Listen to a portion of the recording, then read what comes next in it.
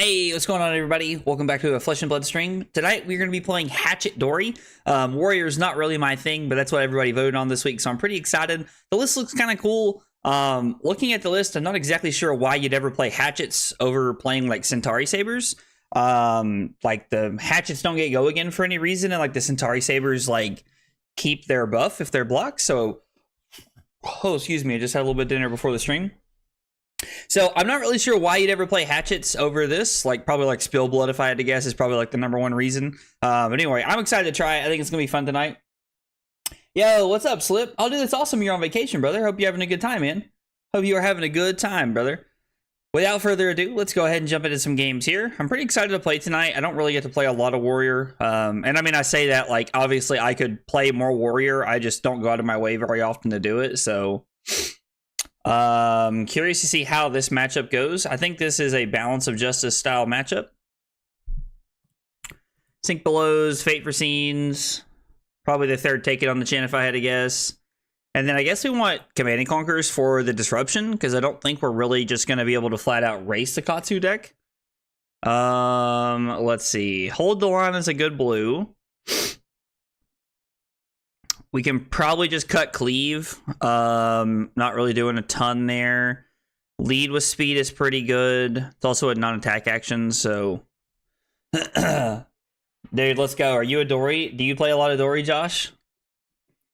Let's just play 62, cutting the Cleave, and let's just kind of see what happens. I'm curious to see, like, I don't think there's any way for us to, like, really trigger a nasty surprise, but I don't know. We'll see what happens. We'll try it like this. I'm not really sure if this is the correct way to sideboard, but... Probably just looking to Arsenal this, right? So, let's see. Whenever a weapon you control hits, you may attack an additional time with that weapon this turn. So, if I swing Hatchet of Mind with Go Again, then it hits. And then I swing Hatchet of Body with Go Again, I can swing the Hatchet of Mind again, which is really cool. That's all the three you play. Azalea, Prism, and Dori. All right, man. We'll strap in because we're going to do what we can. I've been low-key looking at Dori. I mean, dude, I don't think Dori's bad, like, at all. I think we're just going to Arsenal the Hold the Line and try to set up, like, some defensive game here. I think that's probably what we're just looking to do here.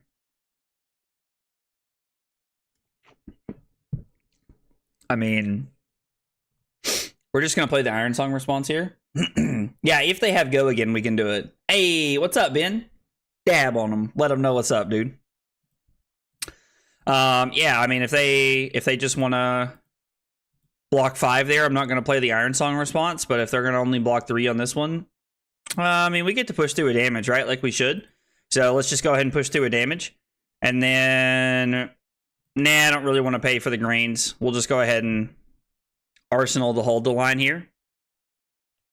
I think sitting on this until they play Art of War is actually going to be insane for us. You can't race with Hatchet, so we made the right call. Fair enough. Fair enough. I'm just going to say no blocks and play the Take It on the chin here. I think us just, like, preventing this is, like, the best way to go. They're not really going to try to go off with a 4-card hand, so... Are they going to get a Fluster Fist? Okay. We will block 3. I'm good, Ben. How are you, buddy? You doing all right this evening, man? I think we're just going to take 4 so that we can go Hatchet with Go Again into Command and Conquer. I think that's the correct play. We're just going to take 4 here so that we can try to keep 2 cards. You made a Katsu Rage Quit? It doesn't matter which Hatchet we swing in which order, does it? Like, it just doesn't matter, right? I don't think there's ever a reason when that's going to be relevant, but I could be wrong. We're not going to create the Vigor. Not really using Grant of Bloodspill so far, but I don't know. We'll see if we can change that.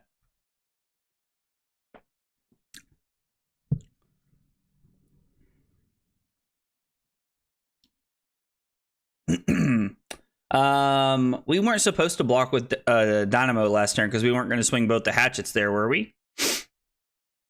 Like, considering we were never going to swing both the Hatchets there, that was never the game plan, right?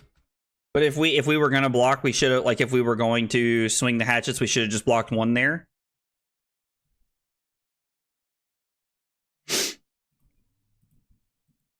I'm gonna take one here. I mean, this hand's pretty good. Like, I think this hand's pretty good anyway. So we get to play lead with speed and then swing both of these. Of course, or I guess we didn't have go again, so we're not supposed to play this. I just completely misread that situation. Huh. We have no way to give go again, do we? Yeah, and we just completely messed that up by, like, keeping these cards in our hand here. Oh, no worries, dude. No worries. Yeah, I think I just completely made the wrong play there. So let's go lead with speed. And then let's throw the hatchet. They don't know that we're not coming in for it with another hatchet there. I think I'm going to play this just as a 0 for 2 to get it out of my hand. Like, I hate that we don't have go again here, and I blocked with the I blocked with the dynamo there a turn early, but that's that feels rough. I mean, misreading stuff in Warrior is definitely going to be the play of the evening. Don't worry.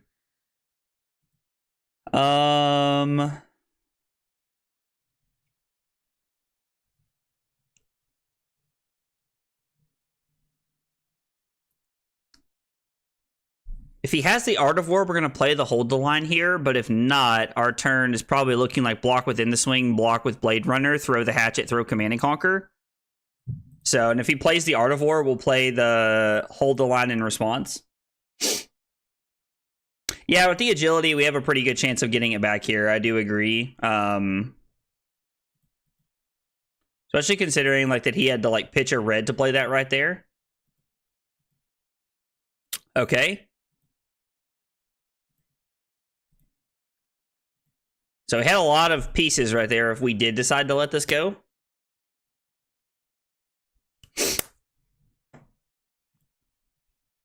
I mean, I'm not really a huge fan of just taking 4 here, but, like, in order for us to swing the hatchet and then throw CNC, it's what we're going to have to do. I'd have to take 8 here. I don't know. That's tough. I mean, listen. Guardian is my favorite class. I'm a big Guardian fan. Like, and I don't like these mid-rangey decks, they just feel kind of, like, weak to me. Like, they look to, like, just block and play this, like, weird mid-rangey game that I'm not a fan of. I don't know, like, if they don't, like, initially get value. The one thing I like about Warrior is Valiant Dynamo. Like, Valiant Dynamo, like, you see a lot of value of over the course of the game. I think I'm just going to go to 27 here and just throw Hatchet into Command and Conquer. I think that's our play here. Guardian is definitely my comfort zone, though. Like, I don't run from that at all. Guardian is 100% my comfort zone. If I am, like, looking, like playing Guardian makes me feel at home, 100%. Like, there's no world he's cracking all this stuff here with one card in hand. Throw Hatchet of Mind here. Yeah, dude, listen, I'm not a fan of taking damage, especially not in a deck like Dorinthia, because, like, this, I don't feel like this build of Dorinthia is going to, like, just pop off any one turn. Like, one of the, like, values that I, like, find in, like, playing Fi and, like, other decks like that is, like, you can just go ham one turn and, like, just be ahead because you just, like, went off for, like, 30 points. I don't think this deck ever gets to do that. I do like Ninja a lot. Like, I'm a big fan of Ninja. Like, Ninja's always felt, like, very, very natural to me. Like, I don't know, like, I enjoy the Ninja play patterns and play lines for sure a lot.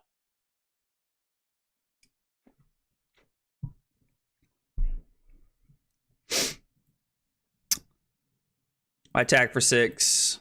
We do not clear. We could have cleared the Dynamo there instead of throwing that. So we could have blocked for 3 and thrown both the hatchets there. Made a new...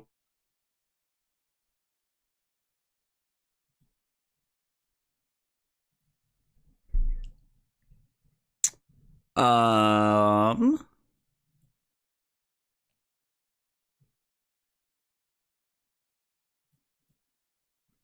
mean, don't get me wrong, this card has a lot of value if my opponent's blocking, and I don't think that, like, we're really going to get that value this turn. God, have they just had like Descendant Gustwave into bonds? Like, are they just like on 9 Descendant Gustwaves? Good lord. Hatchet Dori best story? I'll take your word for it, Nick. This is game 1, so I'm just gonna go ahead and give the Fate Scene here. We'll see what's on top here. We'll put that on the bottom. We'll just say blues for later. I think that's fine. And then my opponent's gonna come in for 2, which we're just gonna take.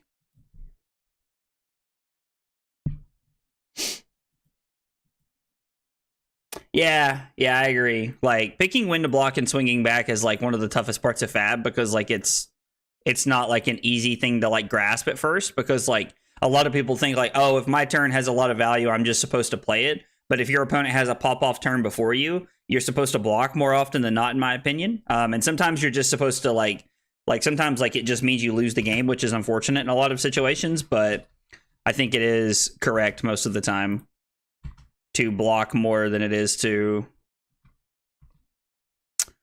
So man, had we had like, we could have been able to swing the Hatchet of Mind here too. Like if we had had like a yellow, we would have been able to swing this again, which would have been for 3. And I mean, that would have been pretty good. That'd have been pretty cool.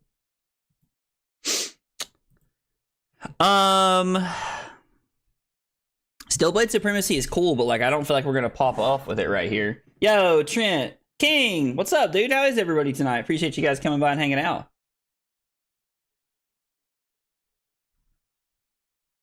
They could be trying a list that doesn't rely on boots. You could be right, Slip. That is 100% true. That could be absolutely right.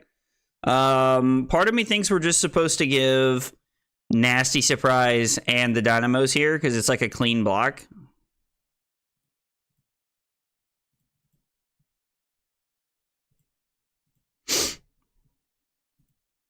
Okay. So now we're going to block 5. So we're going to block Lead with Speed and Supremacy here. Overblocked by 1.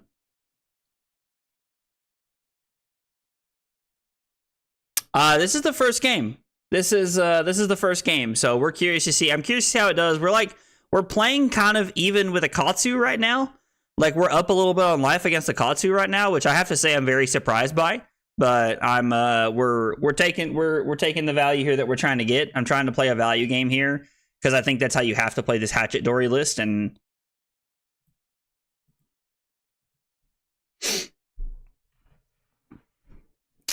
I mean, I really don't want to overblock this here, but I think we might have to if I'm being honest. Like, they haven't really done anything dumb at this point, but I think in order to stop them from Katsuing, we may have to, like, overblock here. I don't know. Glad to hear you guys are doing well. Appreciate you guys coming by and hanging out.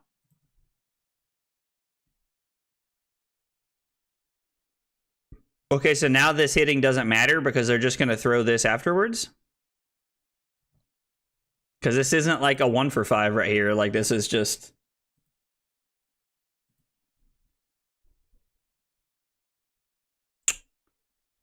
Oh, dude, if they'd have played an Art of War right there, like, dude, like, the 2 hold the lines would have been insane. I think we're just going to take 3 here. Like, they can't play the Descendant Gustwave and Katsu here, so... I mean, I guess they could, like, break links.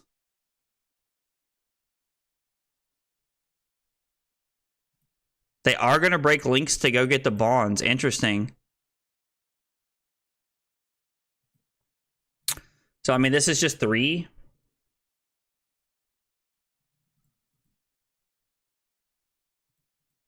Do they have a Dishonor over here? They do have a Dishonor.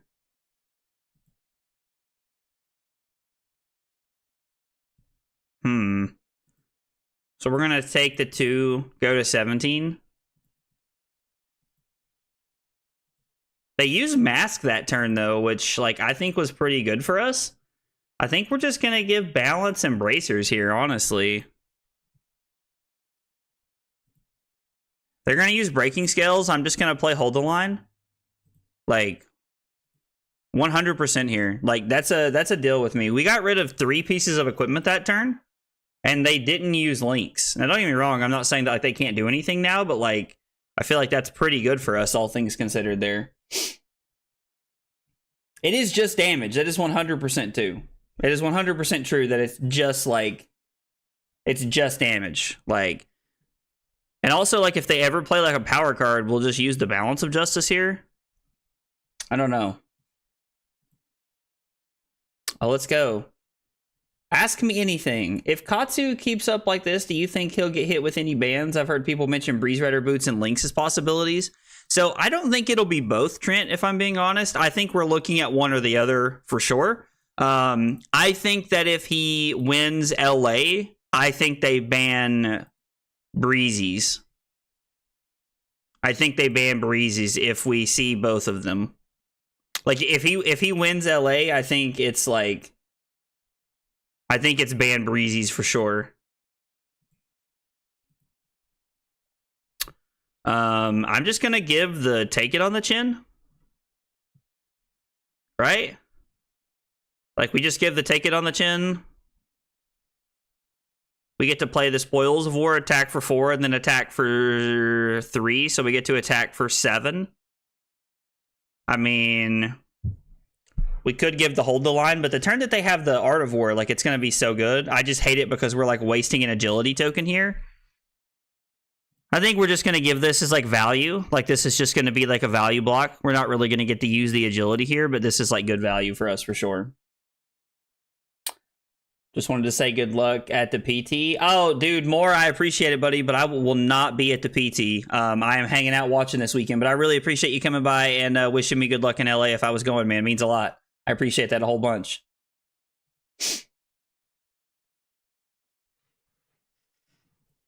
Yeah, I think that was really good value for us, them deciding to go that route. If we had an extra token, or I'm sorry, if we had an extra Vigor token, we could like swing the Hatchets an extra time here if it hits because of Dori. Or no, I'm sorry. Yeah, so depending on how it would have worked out, we would have needed an extra resource there. I would really like the Grains here, but like I don't think, I think we just need to push through the 3 extra points of damage here that we have on the Hatchet of Body and hope that they finally have an Art of War. We've went half of their deck without them seeing an Art of War, which is really like, I mean, don't get me wrong, like it's not like that's bad for us, but like I definitely would have liked to have seen a Hold the Line at some, or like to have played my Hold the Line for value at some point, but we'll see what we can do here. But look at Icelander. I mean, dude, Icelander was awesome, bro. 100%. Have anything banned? He wasn't even relevant in people's meta discussion until recently. Because, King, I think people, like, just because something wasn't relevant until recent doesn't mean, like, I don't think that, like, something could be banned, if I'm being honest. I think that, like, banning something in Katsu would, like, be pretty healthy for the metagame. Because Katsu is, like, a deck that's doing 50, 60 damage in one turn. And, like, I don't think anybody really enjoys that. Like, I don't think anybody's really having a good time with that kind of stuff. So that's why I think they're looking to do that for sure, man. I think they'll probably ban something. Like, I hear what you're saying for sure, but I think they'll ban something.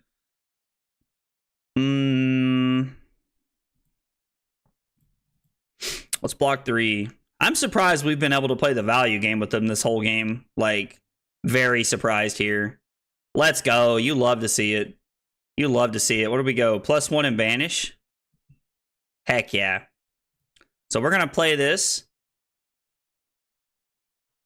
And now we have 3 prevention floating, which is awesome. So we're just going to use one of it right here. We could use the Kodachi since we have that floating. Now let's just, I mean, I'm sorry, we could use the Dynamo since we have the ability to block with it. I don't know, like, it doesn't really feel like we need to, like, crack balance yet. Like, do we need to crack balance here? I mean, that's true. They did ban Stubbies for the potential, not because of what it had actually done. So I think that's a great example. Robert makes a very solid point. No, not exactly, King, because I think Kano is like an entirely different animal. Like, and I think that like a one of combo deck, like OTK combo deck, like plays pretty well. Yo, let's go slip with a big hydrate. I got you after this game, fam. I don't think we want to balance here. I'm sorry. Let's tell our opponent we're thinking. I don't think we want to play balance to block with a card here. Like, I think we can just take 2. Throw Hatchet, Blade Runner, throw Hatchet, Arsenal, Sink Below. I think is fine. Well, no, I guess I should block with the Dynamo here, right? Like, this is always a Dynamo block. Just because, like, for value. Like, this is always a Dynamo block for value here. I mean, it does. Like, it is problematic in its own way, and it does limit, like, Kano's space design. Like its game ability, its ability to do that. So, like, I mean, I don't know. Like, it's tough to explain. If you cut Wildfire from Kano, he's just a below rate hero that does nothing. Like, honestly, like, he's like a fair, like I don't know, like Icelander was a very fair wizard in my opinion. Like, she was a very fair wizard, but like, if you try to make Kano the same thing by actually like, if you try to make Kano the same thing by just like taking away Wildfire from him, like, I think like, yeah, you open up more space for more card design in future sets, but you've completely cut his legs out from under him. Because like, if you guys played before Kano had Wildfire, you know that like combo was almost impossible. Like, it was terrible. Like, you could do it, and I'm not saying that it was actually impossible, but like, it was really bad for sure.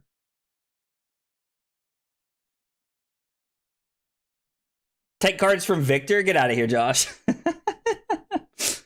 Yeah, I mean, no, they can print a ton of cards for him, and it would be awesome. I hear you. Like, I 100% hear you. I mean, this does not look like a good handed for us at all. I'm thinking we can like just play the Sink Below here and put one of the lead with speeds on the bottom.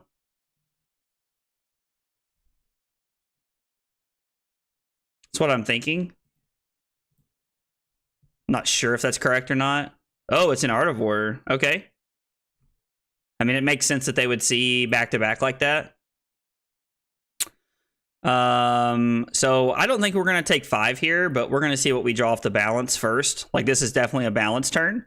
Blade Runner is pretty good. I hate that lead with speed doesn't like give us go again now. Like, I really don't like that, if I'm being honest. So let's just go ahead and play the Sink Below here. They're gonna get to Katsu, which is like fine, but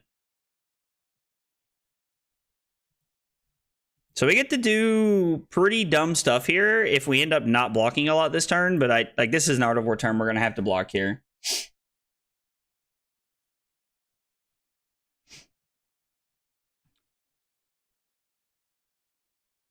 The singular card can hit power, take them down like other decks. I mean, I think this is kind of like where a lot of people just come down to like preference on how they like to play the game, if that makes any sense. Like, how you feel about like cards in general, I feel like is a big thing here. Like you saying that like, if like the only reason we should ever ban a card is because it's so overpoweredly broken that like it just gatekeep something. I don't know. Like, I think that like there can be something that like isn't like super brokenly overpowerful, but like it can still be not fun to play against in some way. Because I mean, like, don't get me wrong, the Katsu deck can be beaten. Like, the Katsu deck, like, does, like, I'm not going to say it struggles, but it has a little bit of a tougher matchup into decks like Victor, because Victor is able to block so efficiently with block cards. I mean, we can just take 5 here, right? Like, if we block here and take 5, we go to 6, and then it's lead with speed, hit and run. This is for 5, this is for 3. So we get to attack for 8. Yeah, I think this is fine. But I don't know. Like, I mean, if so... So if we're going to talk about things that like gatekeep things, like, and like things that put other decks down, Prism should have never existed. We should have been banning things from the OG Prism. Dromai keeps a lot of things down. Like, Starvo keeps a lot of things out of the metagame. Like, I don't know, like, and we let those decks like run rampant for a while. Like, so I don't like, and like, I don't know. I don't know. Like, there's like an interesting line in the sand somewhere that like I as a person and a player have a really hard time finding, just honestly, because I don't like to just be like, oh, like this just needs to get banned, because I do think that there are a lot of people in the world who are very quick to reach for the ban card. There are a lot of people who are like, oh, let's just ban this. Like, let's just ban this and get this out of the metagame. And it's like, we don't need to ban anything just yet. Like, let's play the game a little bit here, and like let's play the game a little bit here, and like, you know, like decide after we've seen some more time, because a lot of times decks can be like built to play around if you like wait and learn how to play around things. I mean, we can block with... Like, I want to block 5 here for sure. Is there a world where I'm ever just blocking 6 to play around Ancestral Empowerment?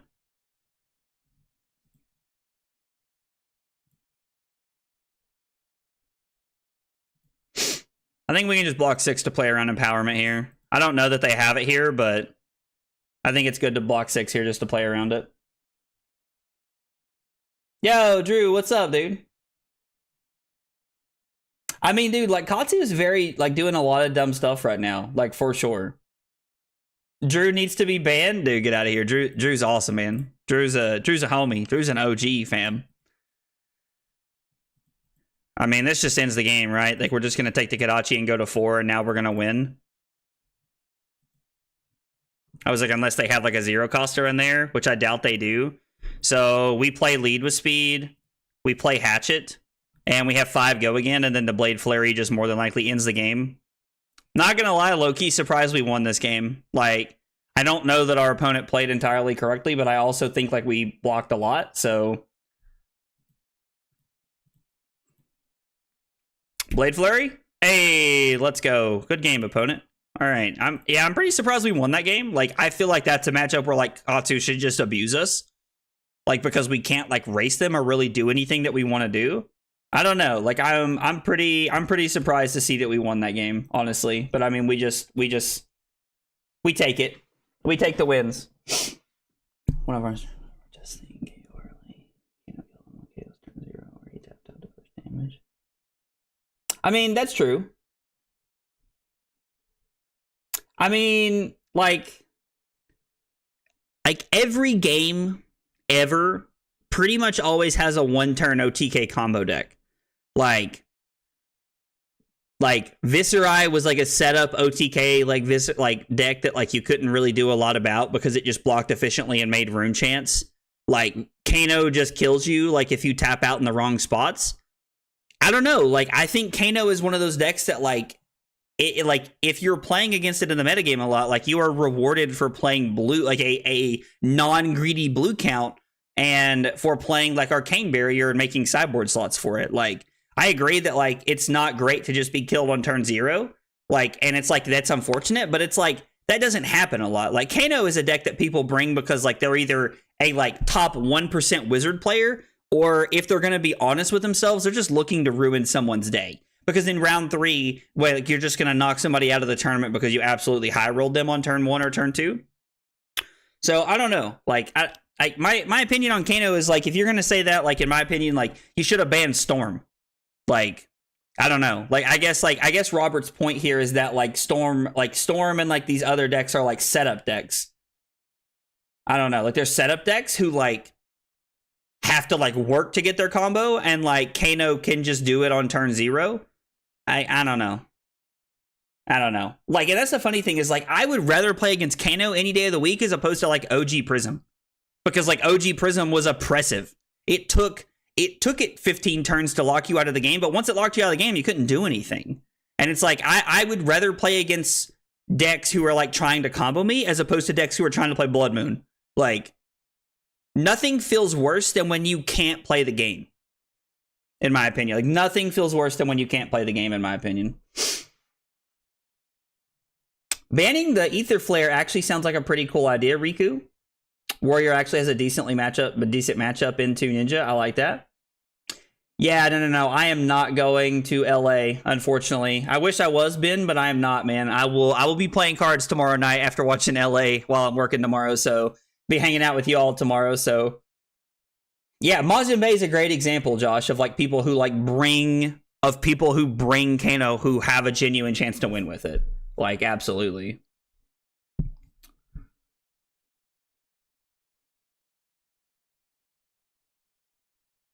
So, Riku, I hear what you're saying, and like what you're saying makes sense, like because it's true. Like, you play a lot of blues in AB3, and Kano plays differently.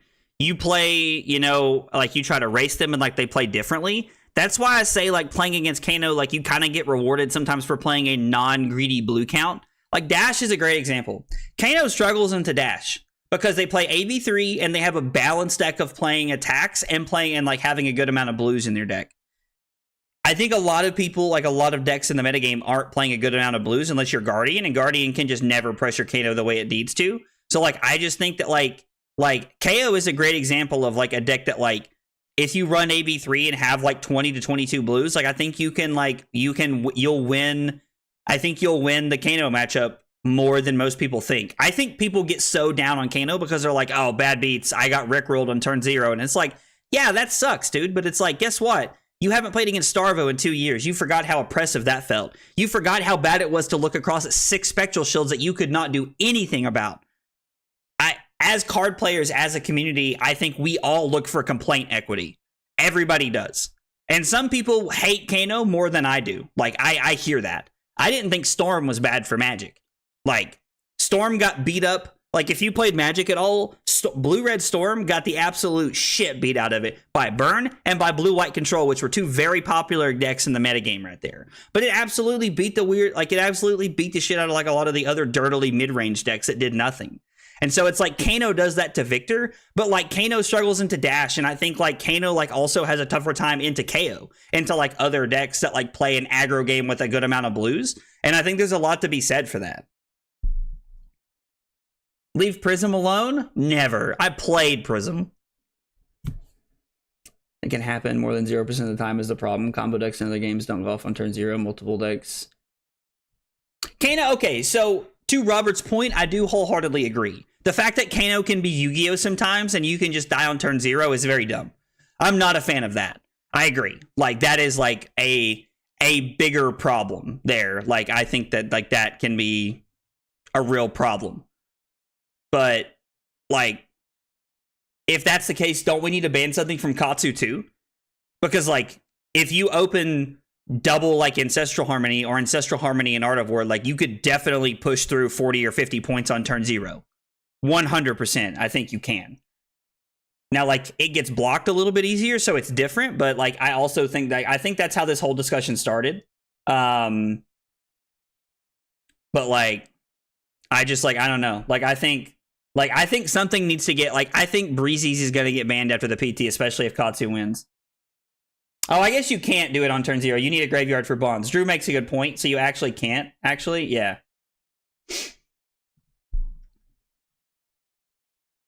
Dude, I played OG Prism, Josh. Like, I played OG Prism because it was the first deck in the game that played on both sides of the turn cycle that I liked, because I've always hated playing Kano. I don't like those gotcha combo decks. I'm not a fan of them. Like, I don't like to play them. So I don't know. Like, Icelander is the healthiest wizard we've seen. Icelander was the only control deck that the game has ever truly seen, in my opinion. When we talk about like control in like the traditional sense of like Magic terms, Icelander was the only control deck we've ever seen. Like all these people who like talk about like Dash control and things like that, like Dash is not a control deck. Dash is a deck that blocks and sets up. Like, that's like, it's not a control deck. Like, I think Icelander was the only deck that truly played controlled because she disrupted you and she could stop what you were trying to do. Oh, dude. Yeah, King, I think you would have loved Icelander for sure, man. I think Icelander was very well designed. I wish I could go.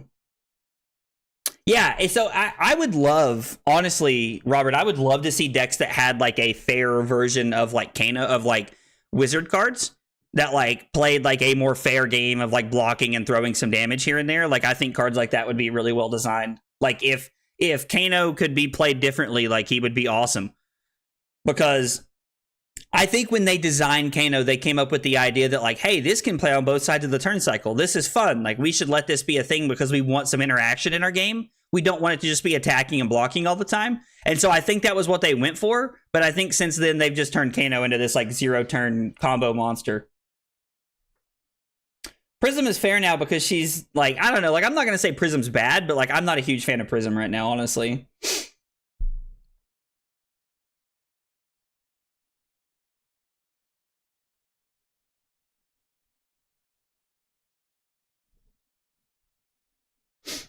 Okay, so I also think that Riku makes a good point here, that like the idea of like just having to like pitch cards to block it is the only way you can stop arcane damage, is like kind of fair, but like the only way that you can stop attacking damage is by blocking and taking cards out of your deck.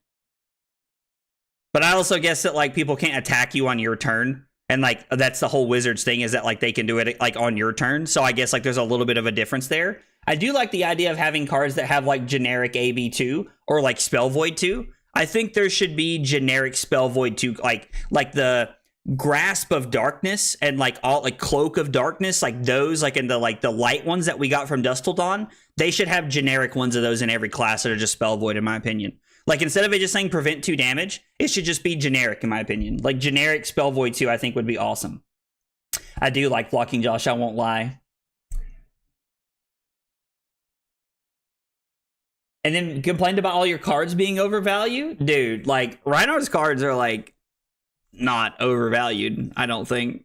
I don't think, like, they're all on rate. Like all of Reinhardt's cards are just on rate. Like I'm like feel like, yeah, like all of them's like 2 for 6s and stuff like that. Yeah, King, I agree. Like Prism is one of the hardest decks to play in the current metagame, 100%. Like she's very tough to play, and there's a lot of like intricate lines to her that I think give people who like are like looking to like master Prism like a very good like ceiling to like strive for. And I'm gonna be honest, I don't think we have seen. I think we're gonna go first here. I don't think we have seen to date the best way to play Prism. Like I don't think that like Prism has reached her full potential at all. I don't even think we're remotely there. So we definitely want the Spill Bloods. Take it on the chin, sink below the Fate Foreseen. Do I want the Runners as a way to like create more agility tokens here? I don't know what we want here.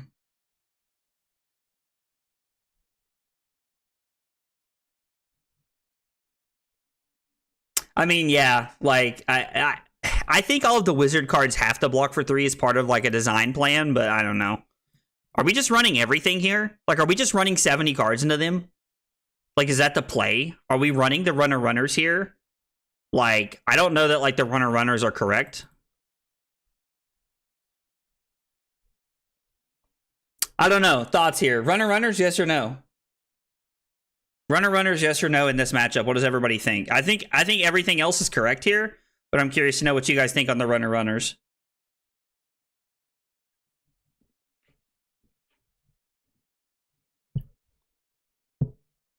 Runner, no, in my opinion. Okay. I don't turn my back on my hero like that guy Fleshbag. We got another no on the Runners. Okay, we're gonna pass on the Runners here.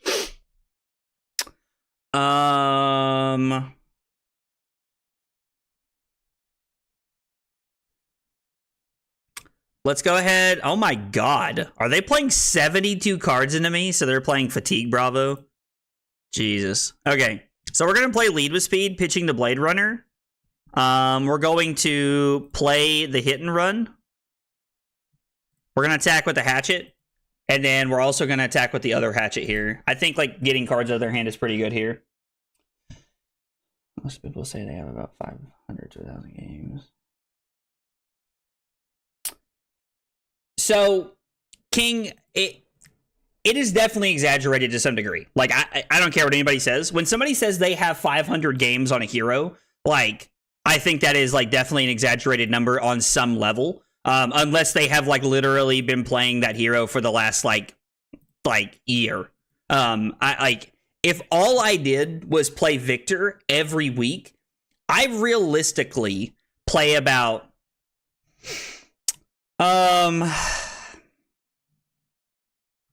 I realistically play about, I don't know.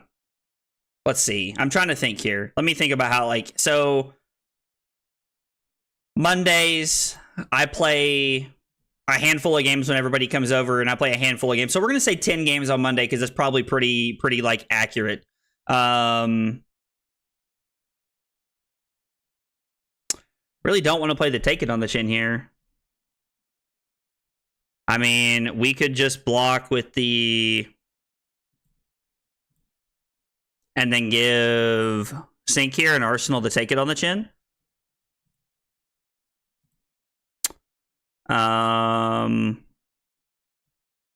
There's probably a better card here, right?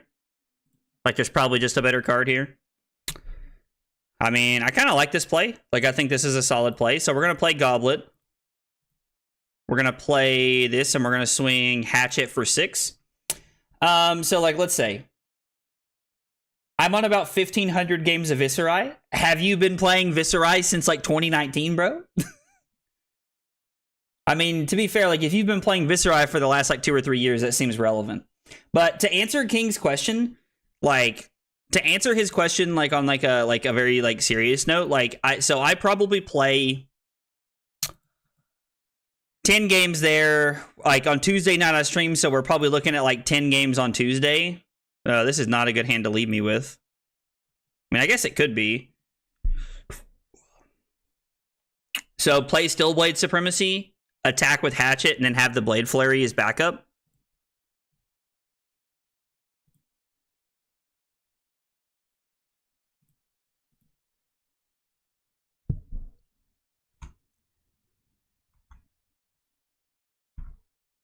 Let's pitch the Take It on the Chin. So, hang on. My opponent's just going to have to sit here for a minute. So, 10 games on Monday is probably accurate. I would say probably 10 games on Tuesday. Wednesday, I probably only get about 5 games in. So, we're looking at 25 so far throughout the week. Thursday is about a 10-game day. Friday is probably like a 15-game day. So, we go to 35, then we go to 15. And the weekends are very, like, hit or miss. So I play anywhere between 50 to 60 or 70 games throughout the week, honestly. So, like, if I played Victor every week, I could play 200 games in a month if I played Victor every single time I played. Now, like, a lot of people probably aren't, like, I don't know, like, a lot of people don't play as many games as I do. I play a lot more games than most people do, just, like, in all honesty. I play a lot of Talishar. I test a lot with my friends. I think we should make one and then just swing the...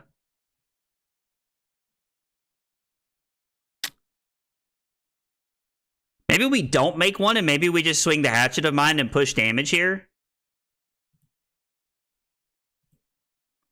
And then this is going to be for... So let's see. This is going to be for 1, 2, 3 because of the swing.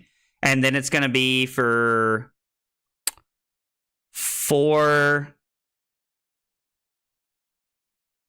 It's going to be, let's see, 1, 2, 3, 4, 5, and this is going to be for 1, 2, 3, 4, 5, 6. So it's definitely better to just go ahead and swing this. Let's pitch the end the swing here. I think that's better.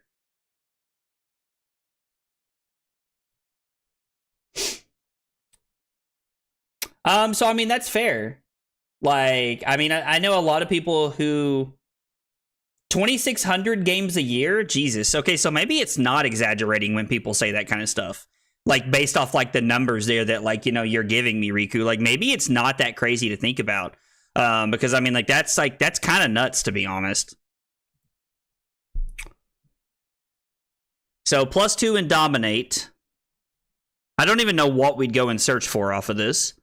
So, we can... If I block with the Dynamos here... We get to play Spillblood. We get to... We're probably just, like... And then we're attacking. We have 1 floating. We're going to play Shift the Tide of Battle and the Iron Song response. Make a grain... Like, make 1 with grains. And then we're going to swing this. Yeah, so we're just going to take 3 here and go to 34. I mean, yeah, a lot of game, like a few games every day, like adds up a ton at the end of the year. Like, and it's kind of like awesome and like somehow sad all at the same time for me to sit here and think about how many games I play of Talishar, because it feels like as many games as I play, I'm still not even remotely as good. I'm not remotely as good as I want to be for considering how many games I play.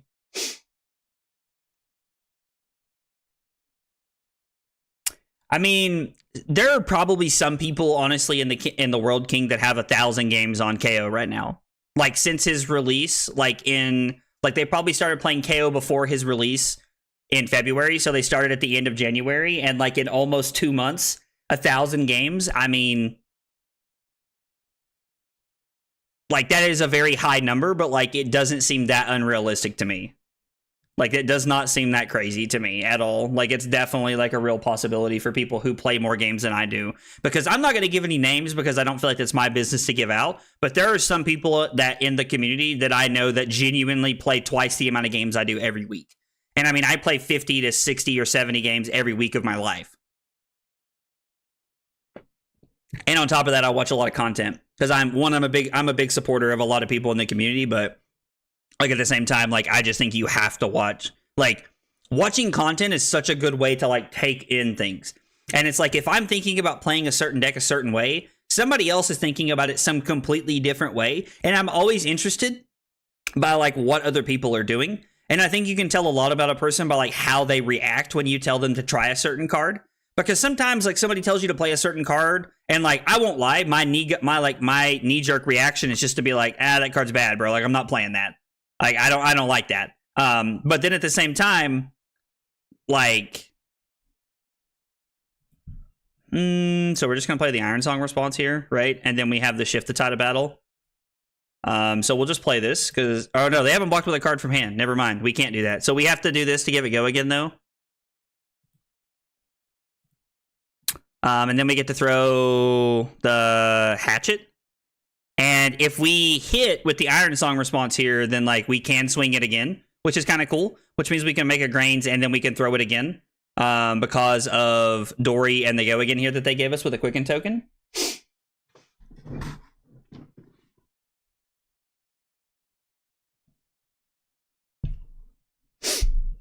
I probably have like 200 games on Victor and I play 15 to 30 games a week.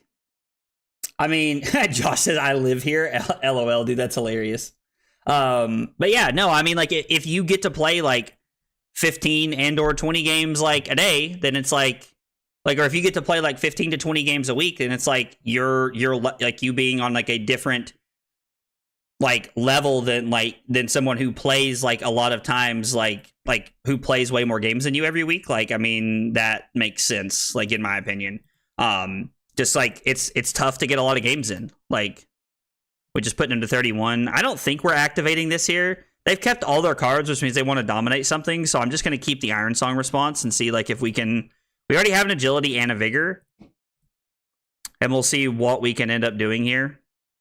Oh, they have a Zealous. That was their grand plan, was to play a Zealous into us.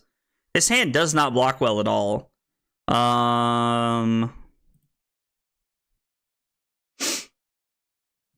This hand definitely attacks twice, so we're just going to go to 29 and then see what they do after this. Because I'm editing, but did you know if you have Amazon Prime, you can... Oh, thanks, William. I appreciate that, brother. It means a lot. Pummeling the Zealous is always so interesting to me. They haven't drawn cards, so I'm just going to go ahead and discard the... Hold the line, I think. And we'll just go to 25. That's fine. And then the Hammer for 6 is also fine. We're going to block 4 here, take 2, go to 23. So they had a pretty good crackback turn, all things considered, and they blocked pretty well. So like, there's a lot to be said for how they played that out.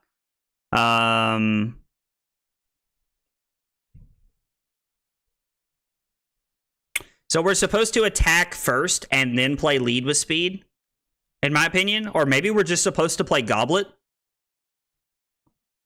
If we play Goblet, we have an Agility and a Vigor for next turn, which I kind of like.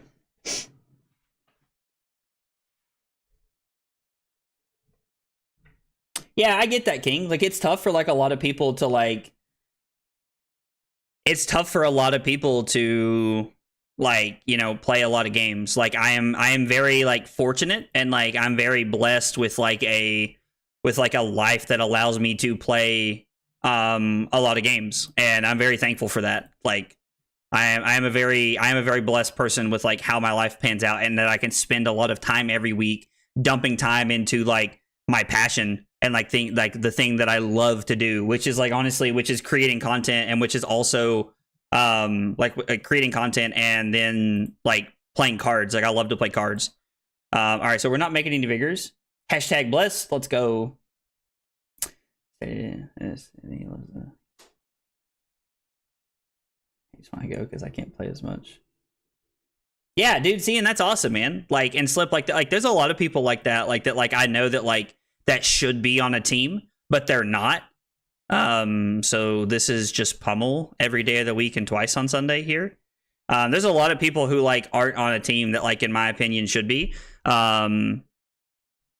are we doing here? I mean, if I block, like this is just, this could be double sigil. Like I could be over blocking when I don't need to, but I also don't want to underblock here. I'll tell you what, let's give Dynamo and Blade Runner. Yeah, let's block like this. I think this is an okay block. Yeah, I mean, if it is like we just take 6, like again, we are losing damage, but they're also out of equipment and we have all of our equipment. Like that is one thing that like I would tell anybody that like honestly, like I say this pretty confidently. I do that. I keep my equipment very well compared to most people. Like I keep my equipment very well. Like I do my best to hang on to my equipment as long as possible. Oh, I could have used Iron Song to... Well, they did block with a card from hand. I wasn't even thinking about the fact that they blocked with a card with hand. I will never be on a team. I'm not enough to be on one? What do you mean you're not enough to be on one, Josh? Like, you think, like you don't want to be on a team? Like, I know people who, like, they actively make the joke that they don't believe in teams. That, like, they don't want to be on a team because they don't believe in teams. And, like, I mean, if that's how you feel about it, there's nothing wrong with that, you know? Like... I mean, do we want to push this over? Like, is this worth making a vigor here? I mean, like, we might as well, like, push through the points here while we can. So, we get to do this, and then we can pitch this to make a vigor. Actually, no, we don't want to make a vigor. I'm sorry. No, we're not going to make a vigor, which is awesome. We get to play hit and run. We get to... Yeah, if it was the last attack this turn, so this is going to be for 6, and then we're going to get to throw the Hatchet of Mind here for 3 as well. Yeah, this is really good. Being able to throw both of these is, like, awesome. Like, I'm a pretty big fan of being able to throw both of these. We're not going to make a Vigor here. I mean, we could, but, like, the one resource is probably not going to be worth 3 points. Occasionally, a resource adds up to about 3 points, but, like, I don't think it's going to. It could in our deck, but I don't know. Like... I don't know the like actual efficiency like trade-off rate of like blood spill versus like of blood spill versus like swinging hatchet for 3, but I'm pretty sure that like in a deck like against Bravo, we just want to be swinging. I play way too risky at times. I mean, Josh, I don't think you're not good enough, buddy. Like, yeah. See, Carly said take it back. Absolutely, though. Like, you should absolutely take that back, brother. Because like, I mean, dude, like I don't think it's that you're not good enough. Like.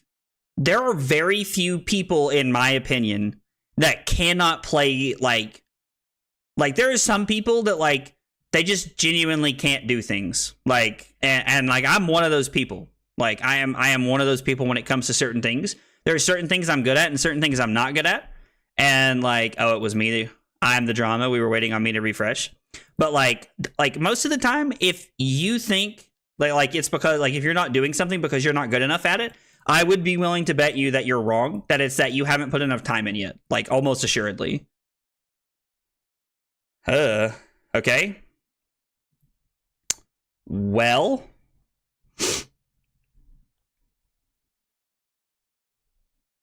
I mean, play Spoils of War, swing hatchet. Like, we don't get the arsenal to sink below here, but like, we have all of our equipment left to bail us out if we need to. Like, these all red hands are kind of killing me here. You didn't play Leviathan at all. You didn't play Leviathan at all, bro. Get out of here with that trash. I am going to keep the Sink Below in hand. Because we may end up arsenaling it. I don't know.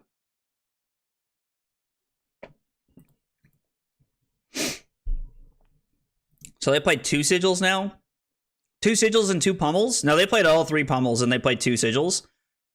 1 Fate, 1 Sink left in the deck, and 1 Sigil. Okay. I mean, it's worth 3 now and 4 later, so we should do it because there's a good chance we get back to second cycle here. Yeah, absolutely, King. 100%, brother. Like, I believe life is very much so like what you make with your time. 100%. Could not agree with that more. All right, so there's the last sigil. We do not have a way to obtain Go again here.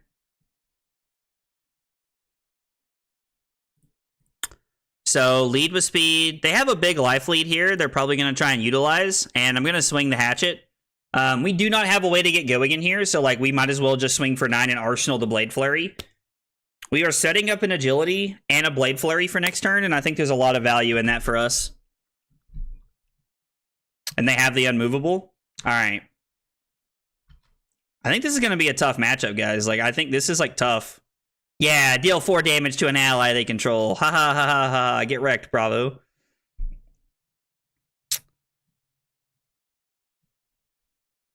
Is there a way to do it all?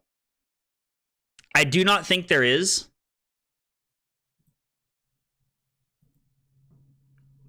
Like, I don't think we can do everything we want to do here. We could block in the swing and Fate Foreseen. Hang on, let's tell our opponent we're thinking here. If somebody has better lines here, please throw them out. I like to make chicken pot pie with my... Oh, God, that was good. So, as far as resources are concerned, we can... If we block within the swing and the Fate Foreseen, I mean, we could block Fate Foreseen and Dynamos here, take 1, and then we're looking at, we don't have a way to give it Go again. God, I wish we had a second piece of Go again here. I'd really like to be able to throw the Command and Conquer. Like, if this was a hit and run, our hand would be insane. Like, is there ever a world where I'm just going to block 3 and Dynamos take 2, and then I'm just going to throw Hatchet, play Blade Flurry, and then throw Hatchet again, and then... Or no, I guess even then I can't do that. Like, I'm not getting use out of all my cards here. So it's best just to block with this, right? Like, I hate to do this, but I think it's necessary. Like, throwing this is almost assuredly worth it. But if I go Hatchet, Blade Flurry in the swing on the second one, we can assuredly make a resource for next turn and arsenal the Fate Foreseen. I hate giving up the Command and Conquer, but it is the most efficient play we can make right here. It is the most efficient play we can make right here. Yo, Dustin, what's up, dude? Yeah, dude, you did take Taylor down. And Taylor's a good player, man. Like, that's nothing to scoff at. Taylor's a very good player. But, dude, Josh, we're going to get you some confidence, bro. We're going to get you some confidence, fam. That's what we're here for. Sink below? Yep, that makes sense. That's the last sink below. They pitched an unmovable just a minute ago. So their unmovable lined up very well because we don't get many like 8s and 9s, but like it did line up very well for them to have it last turn or on the turn that it was there. Oh, dude, let's go. All right, I got a big hydrate here. I got a big hydrate for Slip that I forgot about, and then he's got another one. So after this, we're gonna take a small break and we're gonna get that the second big hydrate cup. But I got it going right here on the first one.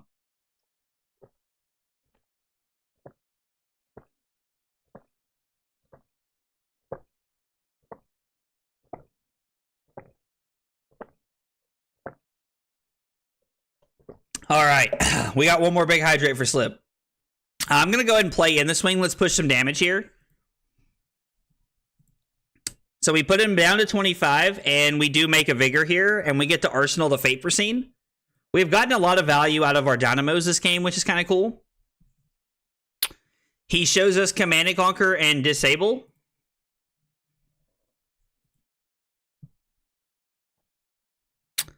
Was blue Disable?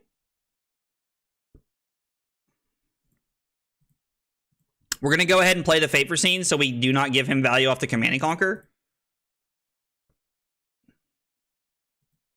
I think that's a fine card to leave on top. Swings Hammer for 6. Block. Ripple away in Dynamos here. Take 2, go to 13. Swing Hatchet, play Blade Runner, make a Vigor when we hit with one. Also, we don't have to make a Vigor. We could use Braveforge Bracers this turn if we wanted to, which is not bad. Like, it's plus, like, I think the resource is worth more than 1 point, though. Like, I would almost say that for sure. That, like, the resource is worth more than 1 point there.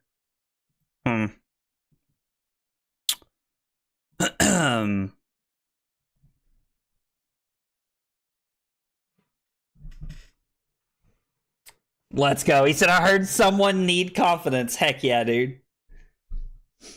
Taylor is cracked. So I love that. Like, I think I'm going to take a picture of this later where it says Taylor is a goofball and then Taylor is cracked right under it, because it's like you just describe both sides of Taylor's personality, in my opinion. Like, Taylor is a great player, but he is also a giant goofball. Like, Taylor is like a giant troll and he loves to have a good time. Like, and that's one of the things I really like about Taylor. Let's go ahead and pay. I mean, yeah, we don't have a way to give this one go again, so there's no reason that we could ever swing with the hatchet here. I don't even think our hand allowed us to do that.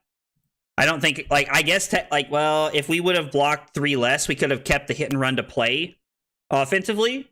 So we technically would have been able to go hatchet, Blade Runner, hit and run, hatchet into the other hatchet, which would have been pretty good. So, I mean, we would have technically, I guess I should have done that, because we would have taken 3 more points and added, instead of blocking for 3, we would have added 4 points to the board, which would have been really good, which means technically we would have gotten 1 more point.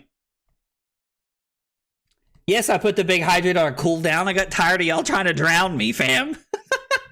Call me a coward. Yeah, no, I did not like drowning at all.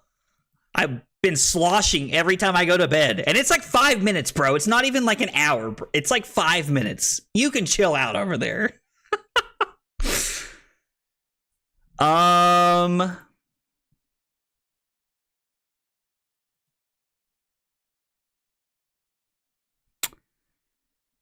Him being able to use Tunic to throw 10 at me is so good. There's a lot of value there. I'm not sure how this plays out for us. This is tough because, like, I want to arsenal. Like, I think it's best to arsenal the Sink Below here. So what I might do, man, if I give Still Blade Supremacy and Sink Below here, I guess if I give Glint the Quicksilver, like, I'm wasting the +3 off Lead with Speed, but I'm making the Agility token for the following turn. So I don't really have a way to get going in here. So, like, there's not, like, maybe I'm just supposed to, like, block 8 and waste the Vigor. Like, just take 2, go to 11, and then arsenal the Sink Below. I mean, like, I guess we're not wasting the Vigor. I can swing the Hatchet here, but this does not feel like a winning line of play for me. We're going to have to find a turn when we can, like, block with all of our equipment and, like, really try to flip the game on its head here. Still Blade Supremacy. Oh, did I say that wrong? Bro. I mean, dude, like, if you guys miss out on a couple of big hydrates because I put a timer on it, then y'all are just going to have to cry to your mamas about it. Man, they do that on a turn where our hand sucks. I mean, I guess they get to go get a blue and swing the hammer at us, so, like, we get to, like, block with Nasty Surprise and take it on the chin, take 1. Hopefully they get a blue. Yo, let's go. I got a regular hydrate for William here.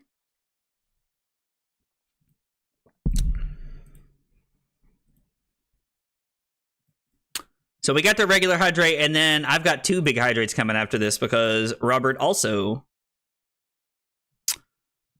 And then we're just going to use the Vigor token here because there's no way to, like, get value out of, like, swinging Hatchet again if they do let it hit here. I mean, yeah, let's just go ahead and push this through. And let's just go ahead and use the Vigor, and then we'll swing Hatchet a body. I really wish we had another way to give go again there.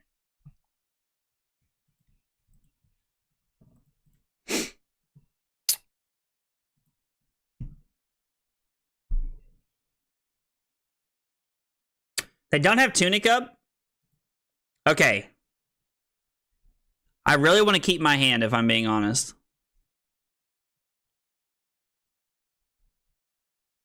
If I block Braveforge Bracers, Dynamo, that's 3, and then 4 is 7, take 2, go to 9. And then I can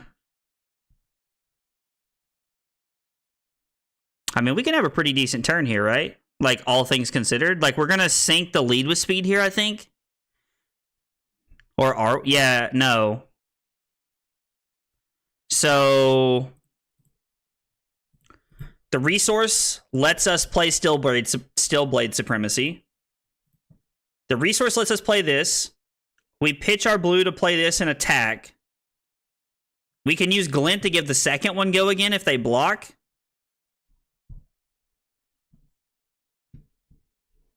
I think we're not supposed to sink here. Kilowatts, I'm gonna be honest. Like, I think Prism is, like, really good, and we have not figured out the best version of her yet. But I also don't think that, like, that's where, like, I don't know. Like, let's go Hatchet of Mind. I don't know. Like, she seems like I think there are probably better things to be investing your time in right now, if I'm being honest, man. Dude, did you just type out a message that said the table pit redeemed Hydrate 200 points? Be back in 5 minutes? Sounds good, man. He puts big one on a cooldown. You hit him with a normal one until he comes back up.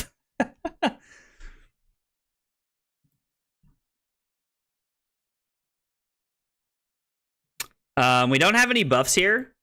What does this say?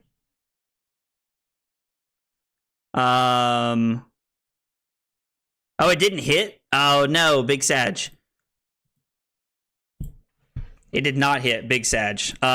So we're going to go ahead and give this go again. Or no, we're not. I'm sorry, there's no reason to give go again because we're not doing anything with it.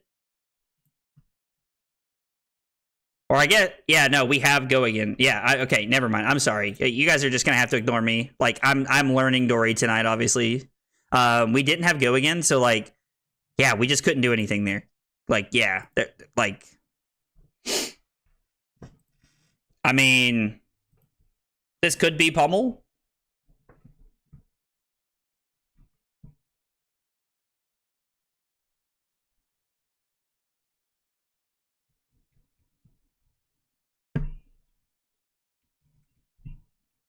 This very well could be Pummel.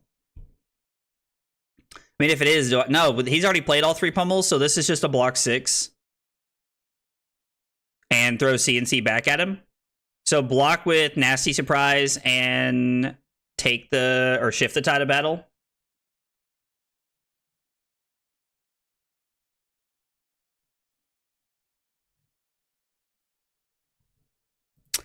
What if I block with shift the Tide of Battle? Valiant Dynamos take 2, go to 7. Use the Vigor to play Spoils of War, swing the Hatchet, 2 floating, throw Command and Conquer.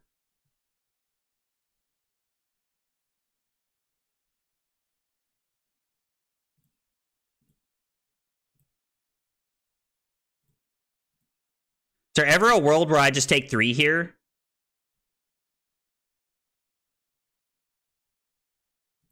And keep the Dynamo's value for next turn? Like, I think that might be our play here. Like, we're down 9 points, but, like, we're presenting, like, a pretty good attack here. So we're going to play Spoils of War. We're going to swing Hatchet. We do technically, like, we're swinging 6, or we could attack for 3 or block 1, which is 4 points worth of value. And then we would have missed out on the Command and Conquer, but I think this is okay. The only problem is that, like, we can't activate Grains this turn. But I think throwing... I think being able to throw 4... Okay, so maybe we're not supposed to activate it now. Like, maybe we're just supposed to hold the Command and Conquer for next turn. Now we're just going to swing the Hatchet here. I think that's better. Which means we did miss out on value by not blocking with our Dynamo last turn, but I think that's okay. Maybe I'm just supposed to throw the 6 because of the value there of throwing 6.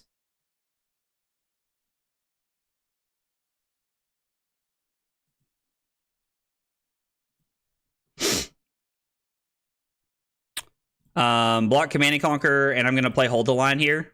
Just block it out, I think, is the play here. Yeah, you bet, Kilowatts. Happy to answer your question, man. I mean, don't get me wrong. If you want to get into Prism, man, do it. Like, Prism's a lot of fun. Prism does some, like, really fun things that I think, like, are very cool, honestly.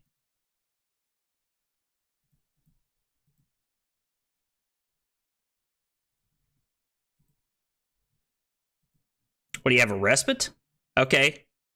So you don't gain any life here. So this is like just like, yeah. I mean, the funny part is like, short of like life, like we're not really like we're not too far down on cards right now.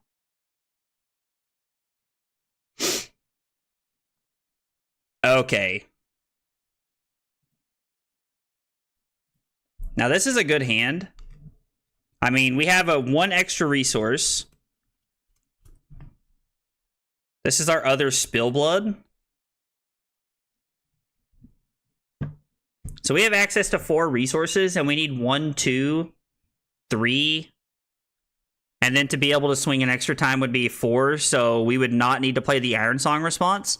So have nothing floating, block with Spillblood. Or I'm sorry, play Spillblood, have nothing floating, swing Hatchet. It has go again already. We have 2 floating. We play this Hatchet, have 1 floating, play Blade Runner, and then throw this Hatchet pitching the Iron Song response. But that would mean that this has to hit off of the first one. I think we're going to go to 3 to try to do this here. I don't know. If I've missed stuff you guys have said, I apologize. I think Shift the Title Battle is not cool. Like, not bad, honestly. Like, it's kind of cool card. Like, it's not bad. It doesn't seem that bad in my opinion. Now, 4 Go Again Dominate does get blocked pretty easily. But... And if our opponent blocks with a card from hand, I mean, if they're willing to take this, I'm willing to just like let this hit for 1 here.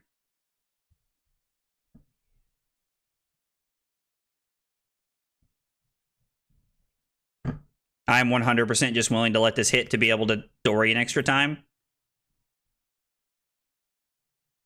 So now I should play Blade Runner, since we're not going to be able to attack an extra time, which means this Hatchet's going to be for 8 Dominate, which is pretty good. I mean, we might as well just push through the points, right? Just push through 8 points and put them to 7. Activate Bravo, and then they're going to swing the hammer here.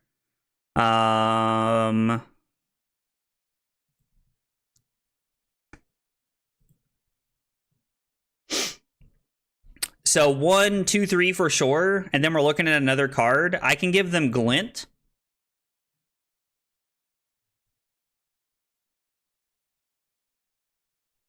No, I mean, we're just going to block 2, and then block 2 and go to 1, right? And then play out our hand with the Singing Stillblade. Because the Singing Stillblade, I mean, we have to see what's left. I'm going to be honest. I'm not even going to pretend to know what's left, guys. Like, if I'm just being entirely honest here. So we create the agility token.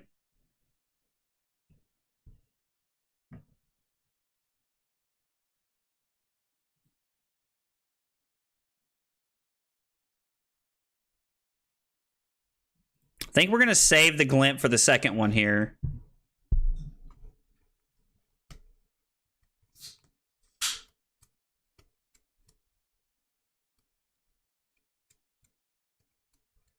Dude, I love playing against Victor, man.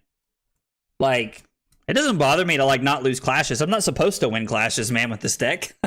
Why would I be upset about losing clashes? All right, we got 3 big hydrates, bro. So, like, we about to go in here, and it's about to be some mad water after this break right here. I don't even know what else is in our deck. I guess we're just going to go ahead and play it. We can go get a Blade Flurry here. That seems pretty good. We'll go ahead and play the Blade Flurry. Yeah, absolutely.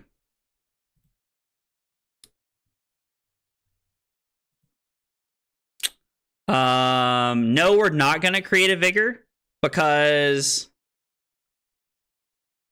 Yeah, so I guess it's only +2. So swing Hatchet for 5. He's going to give us a couple of cards here. We're going to play Glint. And then we're going to swing... Actually, at this point in time, it's better just to push over damage, right?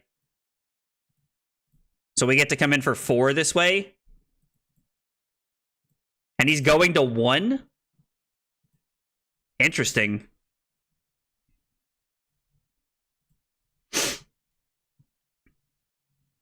Okay, I'm intrigued here.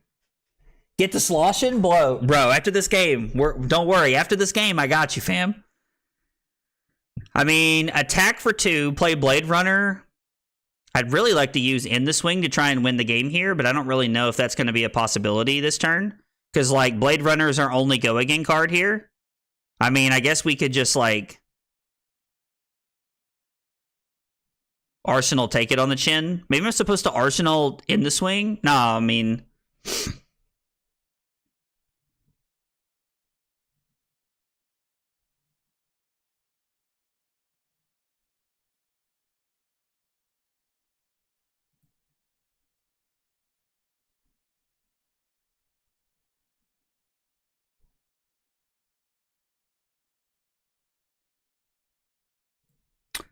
So let's play Cleave, which means this is going to be for 7. And, I mean, they have to respect a pump here. I'm sorry, this is going to be for 6. So they have to respect a pump here. It's probably the last red unmovable from Arsenal. Okay. Yep.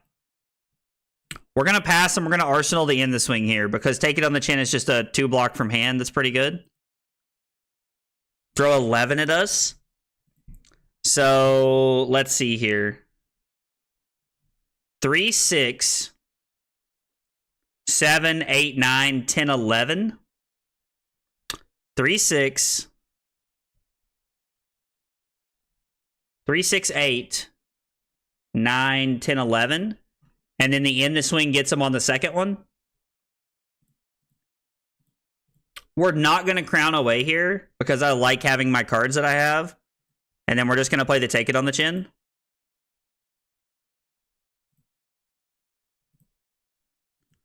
And we create the agility token for ourselves, which is pretty awesome.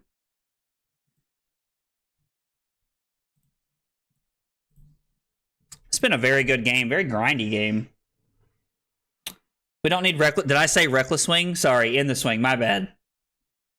Yeah, no, this is 100% why you save armor in this matchup. I agree wholeheartedly. Like, this is the reason for, like, saving armor.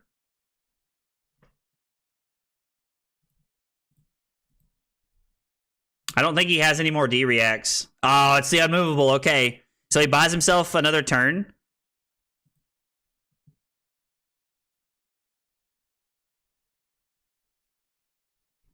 It's 4 to draw a card.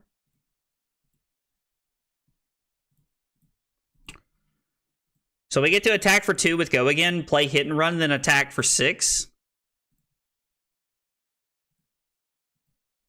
I mean, we could attack for 7 and take every card out of his hand. I don't think that's necessary here, though. I don't think that's necessary. Ask me where shunts were? Dude, yeah, no, there are no shunts in the list. This is just Alan Lube's list that Drew provided me with. So, man, that feels really good.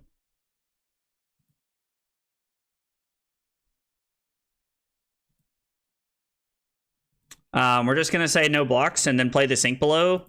And I think we're just going to go ahead and put the Nasty Surprise on the bottom. Yeah. Last Sink Below gone.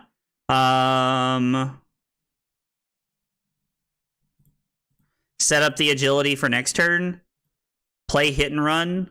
Come in for 3 Go Again because of the lead with speed.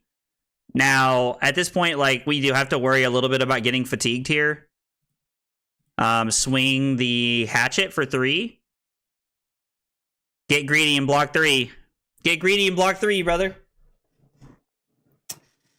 Yeah, having a shunt right here would be awesome. Having a Stillblade shunt would be amazing right here.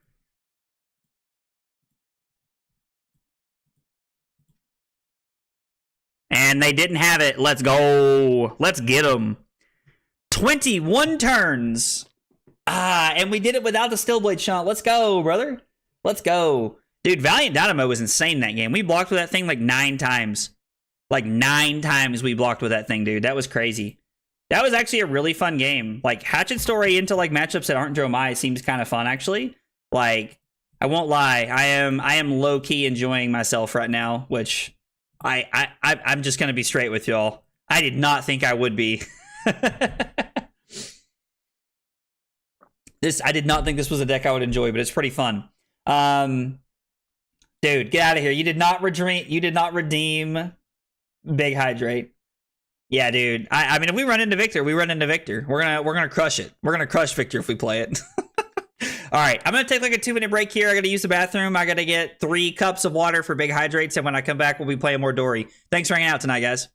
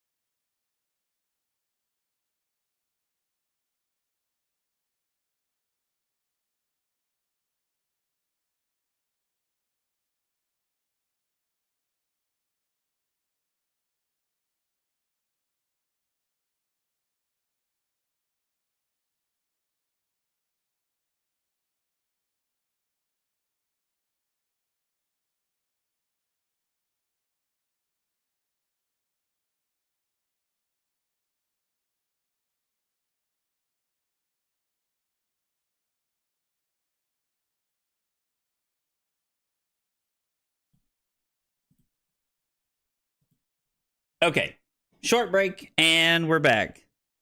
Dude, another Big Hydrate while I was gone? You guys are animals. All right, let's go. I hope you guys are happy. This is what you turned me into. I have 3 different cups here we're getting ready to do Big Hydrates out of, which means there's probably going to be an immediate pee break in the middle of a game, and that's just what you guys signed up for. So here we go.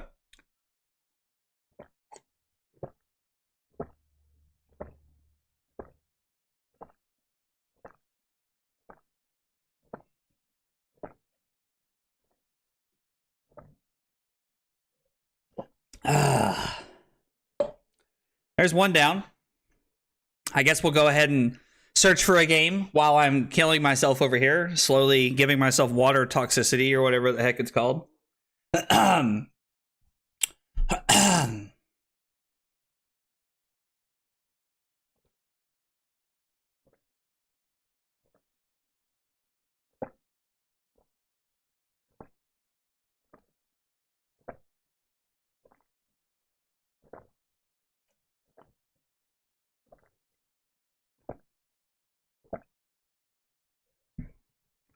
Oh my god.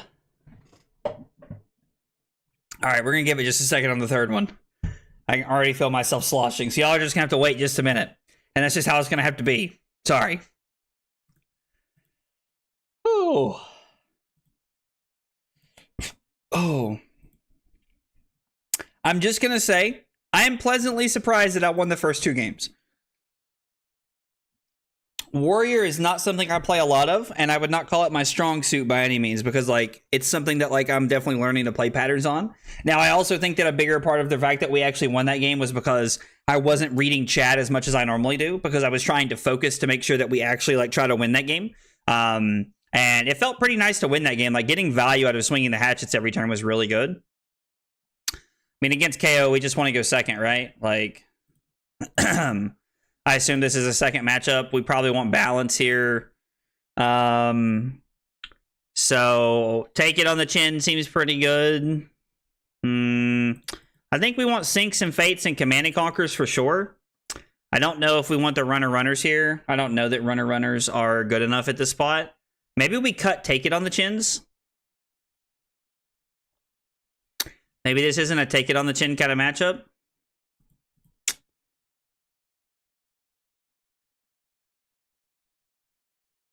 I do like the sinks and the fates though, because I think they play well into what KO is trying to do. We can like arsenal a sink or a fate and like really try to like stuff a what's it called? I can't remember what it's called off the top of my head. Oh, running beaten trackers into me. That's interesting. All right, third big hydrate for you hooligans.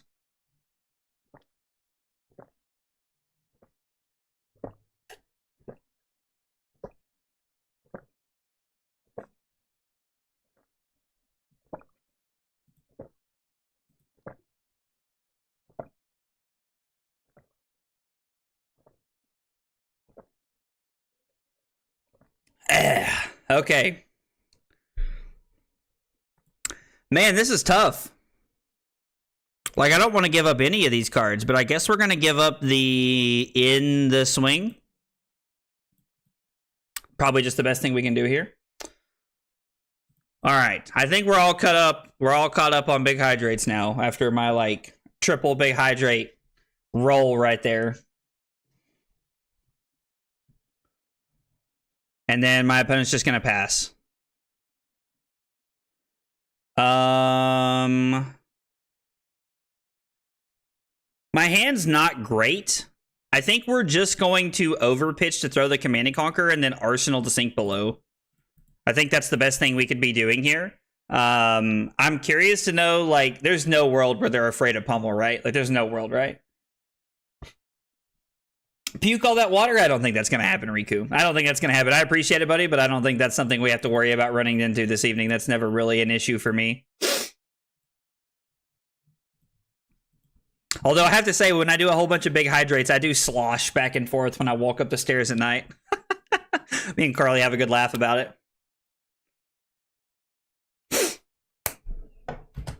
Just taking 6. Okay, we get a Pack Hunt. I really like Pack Hunt. That is a, like, really good card in this deck right now, in my opinion. Like, it is a phenomenal card in KO. I have been playing Pack Hunt in my KO deck. It is absolutely phenomenal. I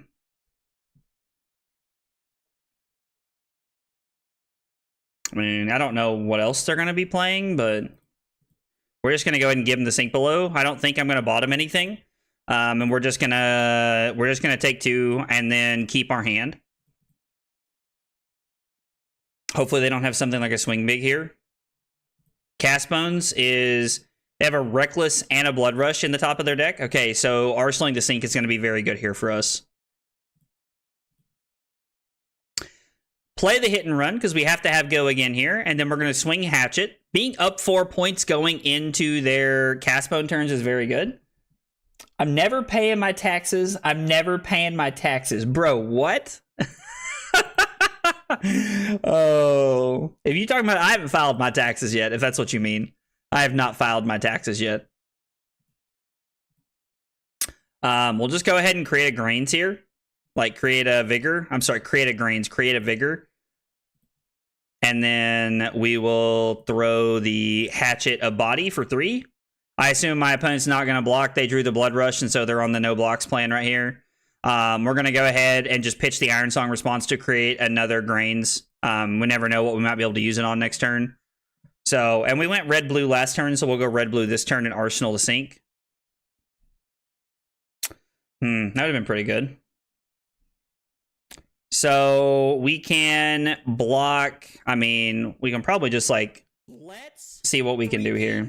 Go. Yo, Nador. I hope I'm saying that right. Thank you for the follow on Twitch. I appreciate you being here. We got 3 questions we ask everybody when they show up for the first time and they follow here.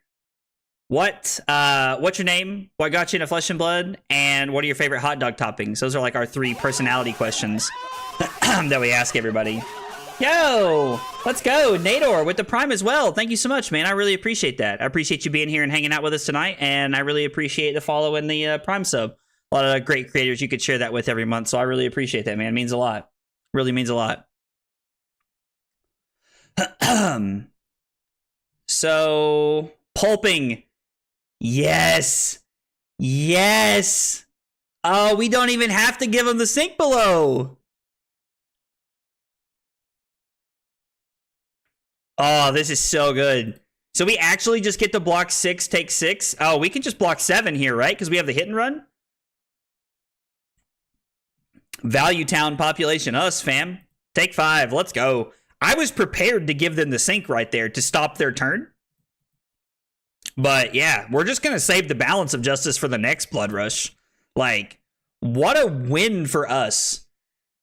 Like, there is so much upside for my opponent trying to swing pulping first over swinging the claw, but that was such a greedy play. They should have swung the claw every time, pitching the reckless swing. Like, I don't even know what they pitched to play the pulping there.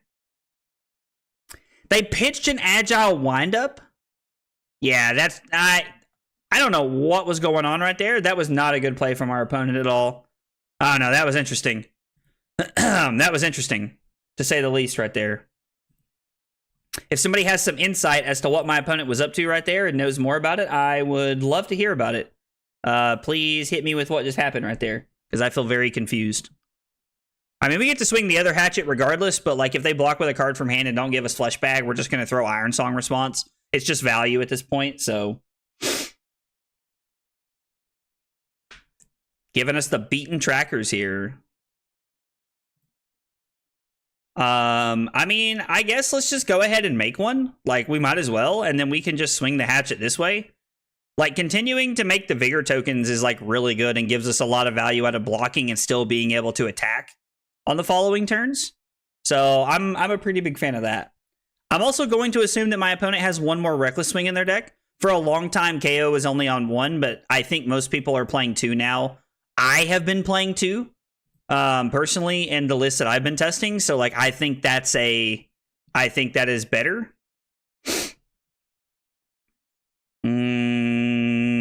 So we can block with shift the tide of battle is what this card is called. We can block with that. Okay, so this is going to be a 3 chain link turn for my opponent here. Yeah, like so we block 3, take 4, go to 29, take the claw for 3, and then block with Sync and Valiant Dynamo and whatever they do afterwards.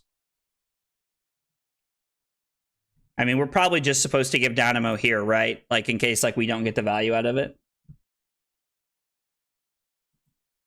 But, like, we get to use the Vigor to play Lead with Speed, pitch the blue to attack with Hatchet of Mine, play Blade Runner, and then play the Hatchet of Body. Like, we get a lot of value next turn. We're able to play and, like, set up, like, a pretty good hand and make an agility for the following turn. We're going to give up the Grains trigger to be able to play the Lead with Speed. We could block 2. Like, I don't think that's worth. Yeah, I'm going to go to 27. We've already given the Dynamo value, so, like, we don't have, like, the only thing that I'm really willing to block with here is the, that I'm really willing to block with is the Sink Below. They have drawn 2 cards. We could crack here. I mean, Dynamo does say get wrecked might tokens. Absolutely. You are correct, Slip. You are 100% correct. I think we're just, like, we might just go to 21 here. Like, I don't know. Like, maybe we're just supposed to go to 21 here to, like, stuff another pulping. But, like, if they give me the flesh bag on this turn, they're just going to take my Blade Runner and my turn-ins, which is, like, pretty tough here. Welcome to the Warrior Wagon. Thanks, Brad. I appreciate it, man. I'm trying not to enjoy myself too much tonight. Let's just give the value. I think we'll just take the value of playing this card. Like, I think that's okay. Like, I think just taking the value of Sink Below there over, like, stuffing a pulping is pretty okay for us right there. If he gives Scowling Fleshbag here, he indefinitely stops my turn because he realizes that I do not have Go Again, and this is more than likely, like, a Go Again style card of some capacity here. Oh, no! We're gonna lose a Clash of Agility. I was like, oh, we tried. We flipped. Oh, I'm sorry, opponent. I'm sorry.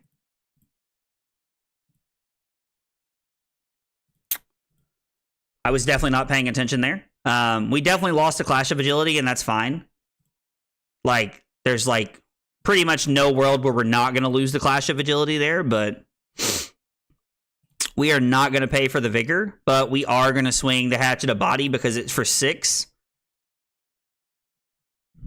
I wonder, like, I feel like you have to be pretty far ahead to, like, have the ability to swing Hatchet to swing Hatchet twice and then the other Hatchet. Like, if you're able to swing Hatchet of Mind twice and then swing the Hatchet of Body one time, like, I feel like that's just, like, an insanely good turn for you. Oh, bro, this card also lines up really well with Blood Rush Bellow. So, like, that could be insane.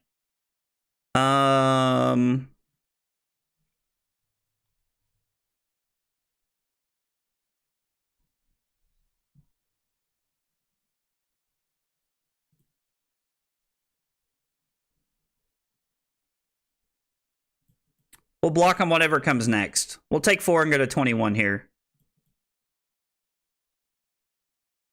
Like, we're playing a close game and they're hanging on to Fleshbag, which is terrifying because, like, they get a lot of value out of that card. If I block 1 and take 2... Oh, no. Decided not to throw the claw there. Okay. Play Savage Feast and to get another card there, which I think makes a lot of sense.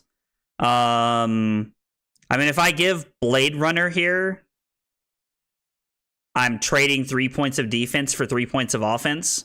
I want to Arsenal to hold the line for whenever they decide to find whenever they find another Blood Rush here. We are playing Ripple Away in the list. Yeah, it is in here for sure. Like, this is for sure. And then I'm also debating blocking with this over arsenaling this. I think we'll just go to 16. Like, I think this is fine. I mean, technically, this could be a triple Hatchet turn. If we wanted to use the hold the line that way instead of waiting for the other Blood Rush there. It's exclamation point deck. Slip, not deck list, sorry. Drew, what do you mean you're never paying your taxes, bro? What do you mean you're never paying your taxes? I'm dying over here. So let's pitch the nasty surprise here to throw the Hatchet and see what they do. Yeah, it's exclamation point deck, not deck list.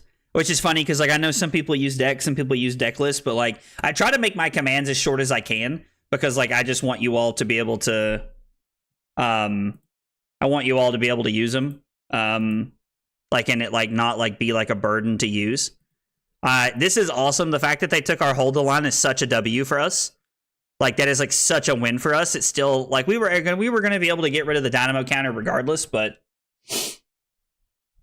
that really worked out for us, the fact that they took hold the line. Because I was on the fence about arsenaling that card anyway there, but that's, like, just an uber win for us.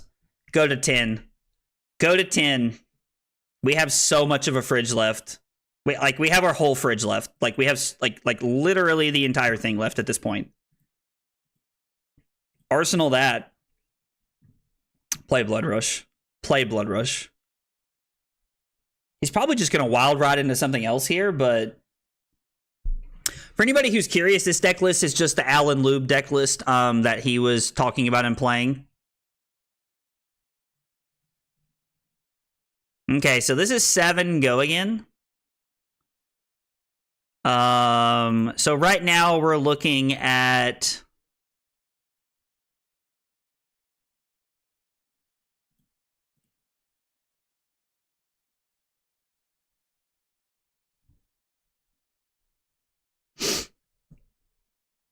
blocking 7.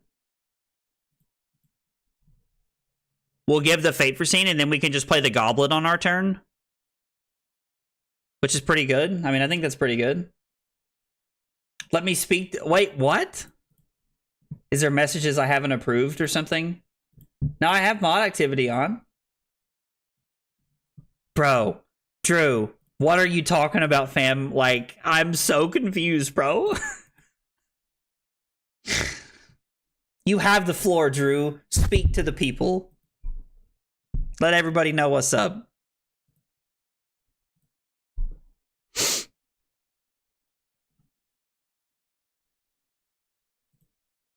What was the first chain link? A Command and Conquer? He discards a Clash of Agility yellow, so this is 6 go again. I mean, I'm just going to play the Fate Foreseen here. Like, if I have to give up every card to block here this turn, I will. Like, this is a very good turn. I mean, Cleave's a good card, but I think we'd rather see that later, right? Not a big fan of the government. I mean, hey, man. Tax evasion is bad. I do agree. You'll get in a lot of trouble for tax evasion. I'm not telling people to not do their taxes, but I'm also not a big fan of the government, so. And swing big there. I mean, I don't really think this is like this card. Like, I mean, this card gets a lot of value. They don't have an agility for next turn, so like if they don't draw like a pulping or something, we're in a really good spot. Let's just block 2. Let's go to 8. We'll play the Goblet and pass. I don't know if that's correct or not. I mean, I guess they have the beaten trackers, so if they have a way to discard a card, they pretty much always have a go again with the beaten trackers there, but...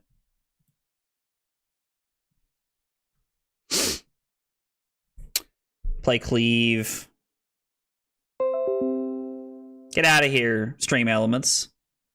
Block with Nasty Surprise, and then we can play this off the Vigor attack. I mean, if we really wanted to get crazy, we could like try to keep our whole hand and like triple Hatchet here.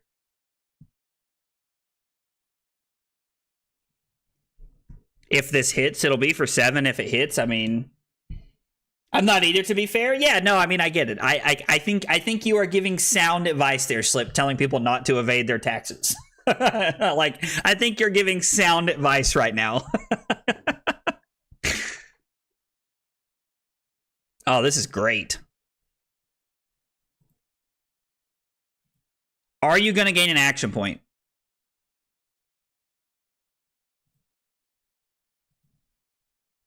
Total W for us. So we get to block with Nasty Surprise here and then give the hold the line. Stop go again. So much value. Like, we get to, like, stop his go again multiple times. One, because he played in a greedy way earlier, and now because we have the hold the line in the arsenal, which is great. Just embezzle. I don't feel like we're giving sound advice in the chat right now. Man, listen, like, I'm not telling anybody how to live their lives by any means, but I am definitely not going to sit here and tell anybody to embezzle. I mean, we can attack with Hatchet because it has go again, and then we can play the Blade Runner, play the Cleave, and then throw this. Like, and then throw this, and this will be for 3, 7, 10. So, I mean, the second one is for 10. Like, we have a really good turn here. Like, this is a really solid turn. I'll send you the videos after this. I'm not high or drunk, you're just stimming. Hey, that's okay, dude. Nothing wrong with that. Nothing wrong with that, fam. So we play the Blade Runner, because we have to play it now to get the value on it on the next one. Even though this already had go again, we have to play it now. We are not going to activate Grains of Bloodspill. And then we're going to play Cleave. And then we're going to throw Hatchet a Body for 10, unless I miscounted somewhere. And we're going to clear the Dynamo's value.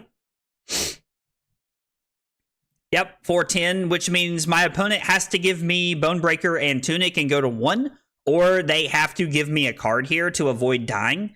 So, I mean, this is a pretty good play. And we're still going to have 2, 3, 4, 5 points worth of equipment block next turn. Dude, everybody's memeing. I feel like everybody's just memeing in the chat right now. I'm so here for it. Okay. Okay. Take 3, go to 5.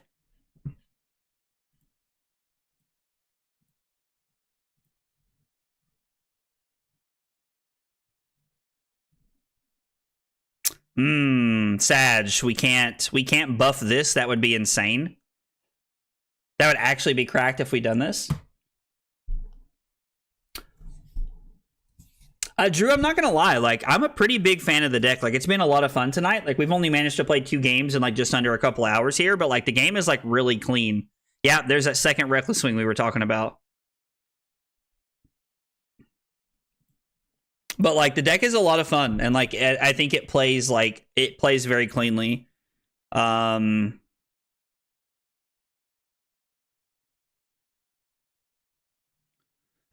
So we can throw 5 or throw 6 here. So block 3, 4. We could go to 3 if we wanted to here. I don't know how I feel about that. I mean, there's also something to be said about just playing Stillblade Supremacy and the lead with speed, and then swinging the hatchet. Like, we're probably just supposed to stay at 5 here, right? Like, if we stay at 5, we get to throw Command and Conquer, and then depending on what... I mean, I'm probably not supposed to block with Dynamos this turn. Like, block like this, take 3, go to 4, because the Dynamos I'm not going to clear. So I'm just going to throw the Command and Conquer. And then, I mean, maybe I'm supposed to just block with CNC and throw 5. Block 8 to stay at 7.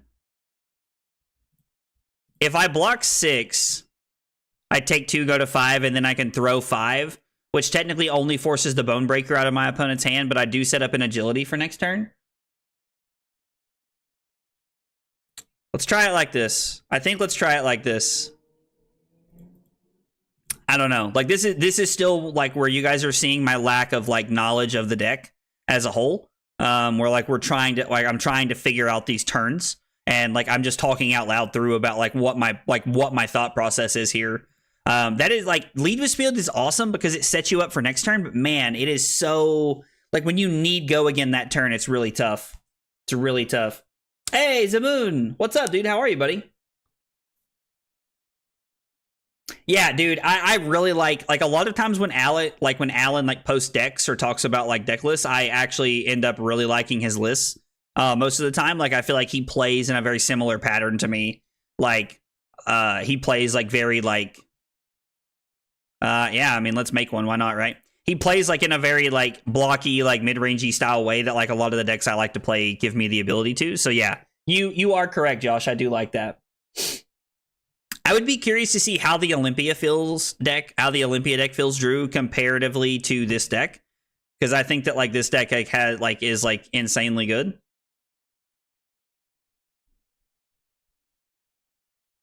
I mean, if he has a 2-coster, like it could be broken here, right? Like it could just be like an insane turn.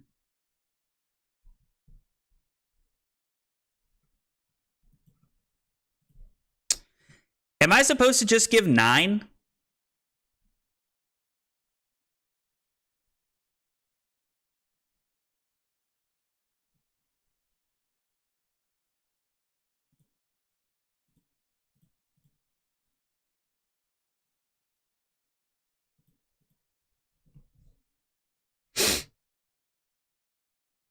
I mean, and if he plays another Bear Fangs, we can actually just draw a card, right? I guess it'd have to be after the blocks because it's like part of the resolution of playing the card is the fact that when it does this. Okay, so we drew a 2-coster.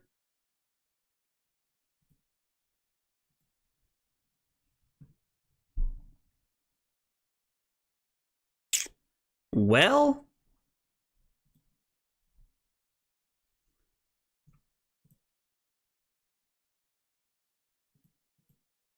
let's stay at 3. This has been a very good game. This has been a very good game. So we're going to swing the hatchet here. It's only going to be for 2, but we are going to swing the hatchet.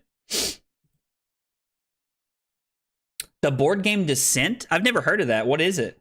Have you guys played it yet, Slip? Like, is it like a play together kind of game, or is it like a play against each other kind of game? Like, what kind of board game is it? Because like I know there's like a lot of like cooperative board games that are like really fun to play.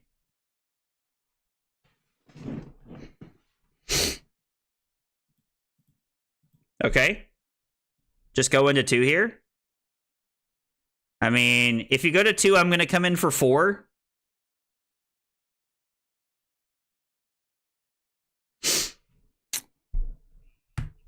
There's been so much like value traded back and forth.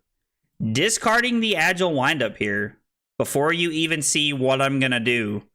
I do not like that play at all. I do not think that's a good play for my opponent. Activate Braveforge Bracers and come in with Hatchet for 4. Now, like, if he can go to 1 here, if he gives me 1 card to block for 3, he could give me a 2 block and Tunic here and go to 1. He could give me a 3 block and Tunic and stay at 2, but the difference in 2 and 1 is probably irrelevant to him if I had to guess. But I don't know. Like, this has been a good game. I played it before. Best way to put it is kind of like a D&D board game rather than an RPG. Well, that sounds kind of cool, man. That sounds like fun. It sounds like something I'd enjoy, man. Well, dude, that's awesome. I'm glad you got it. I hope you guys have a blast playing it together. I'm excited to hear about it next time I talk to you, man, for sure. Also, I don't know if there's anybody watching like that's hanging out in the chat right now that like is in LA, like that's playing tomorrow. But if you are, best of luck. Best of luck in LA. I hope you guys crush it. I'm really excited to watch coverage tomorrow. That's like already like in my work schedule. I say that jokingly, but like, I mean, I am excited to watch it tomorrow. Does anybody know what time the event starts? Okay. I was going to ask them if they were there. I never claim victory without asking if they're there. You wish? Yeah, dude. I'm not going to lie. Like, I am very excited that I did not get on a plane today to go to LA. With a lot of my friends. But at the same time, I'm having severe FOMO of not being in LA. I'm very happy to be at home, but man, I would love to be in LA right now. Like 100%.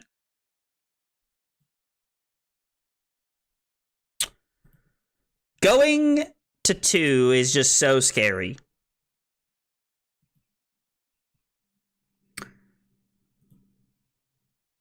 This is for 7. So if I block here, do I just want to block with...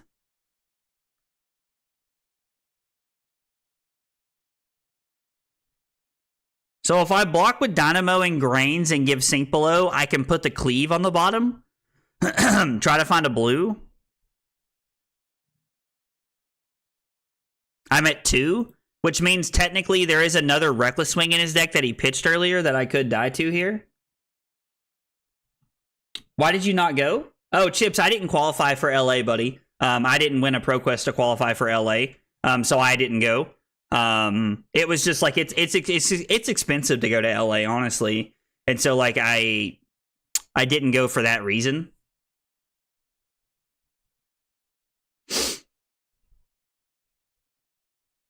So what if I block within the swing and Sink Below, and then I put this on the bottom?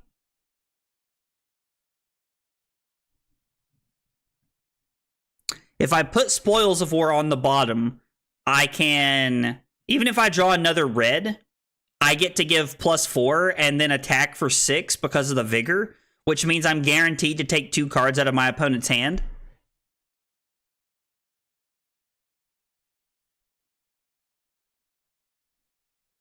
I think that's what we're going to do. I think that's what we're going to do here. I think we're going to avoid going down. I think we're going to avoid going down to 2. I hate, like, we're also saving the Dynamo block for another turn. Let's put this on the bottom. Okay. This means that if we hit with the Hatchet here, we have the ability to make a Vigor off the Grains here. Being able to come in for 6 has a lot of value here. Now, like, I don't think there's any way with 2 cards they can throw multiple things at me. I don't think they can with 2 cards, but I'm not sure. So throw 6 here, Adam. Yeah, throw 6. I mean, this demands 2 cards here, so.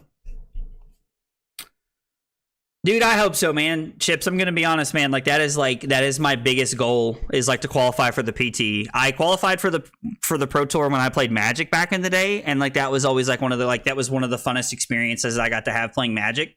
But I've never qualified for the PT playing Flesh and Blood, and I would really like to, if I'm being honest. Like that's something I would like really like to do. So this is for 8.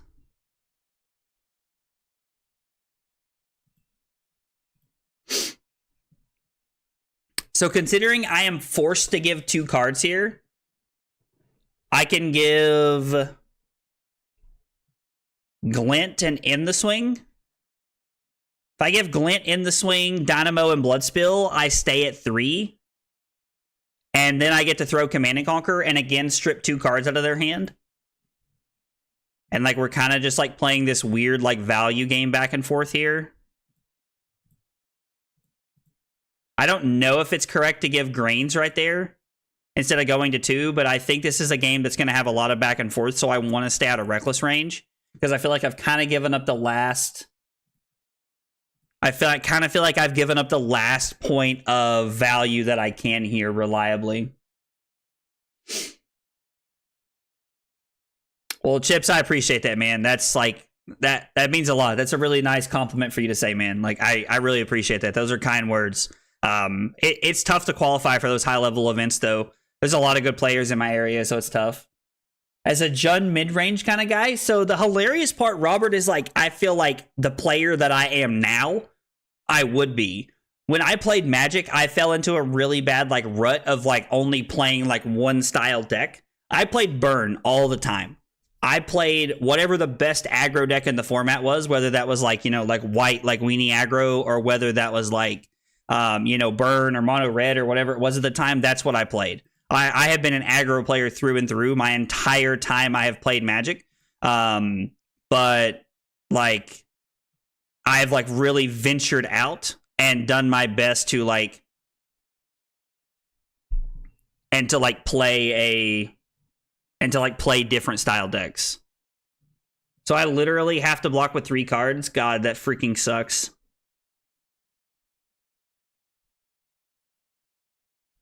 Which means we're going to take 1 card.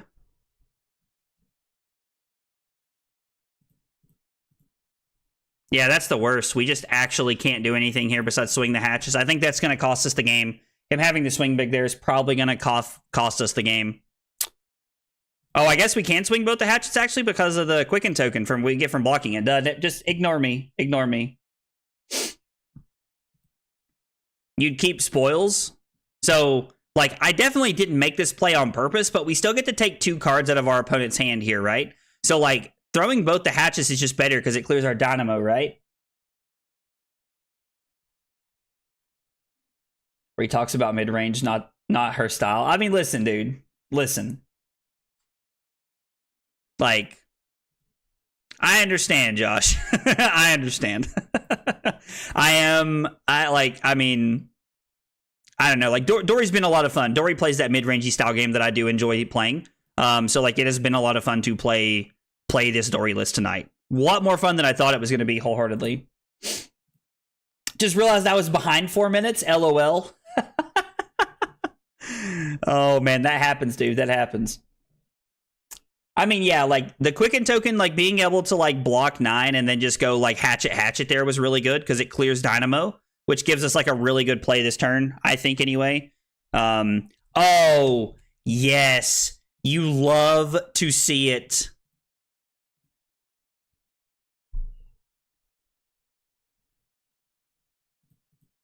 Absolutely. Beautiful. So, we get to throw Hatchet, take a card, play Blade Runner, and then come in for 4, which technically only takes 1 more card. So we should just play the Singing Stillblade to try to end the game here, right? Or does that even work that way?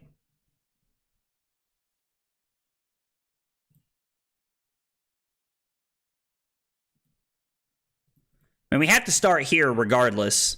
I guess technically if we bump it over by 1, we won't have any resources. So we have to see if we have an Iron Song response left in the deck. Because in the swing, like, we need a Blade Flurry. Or an Iron Song response.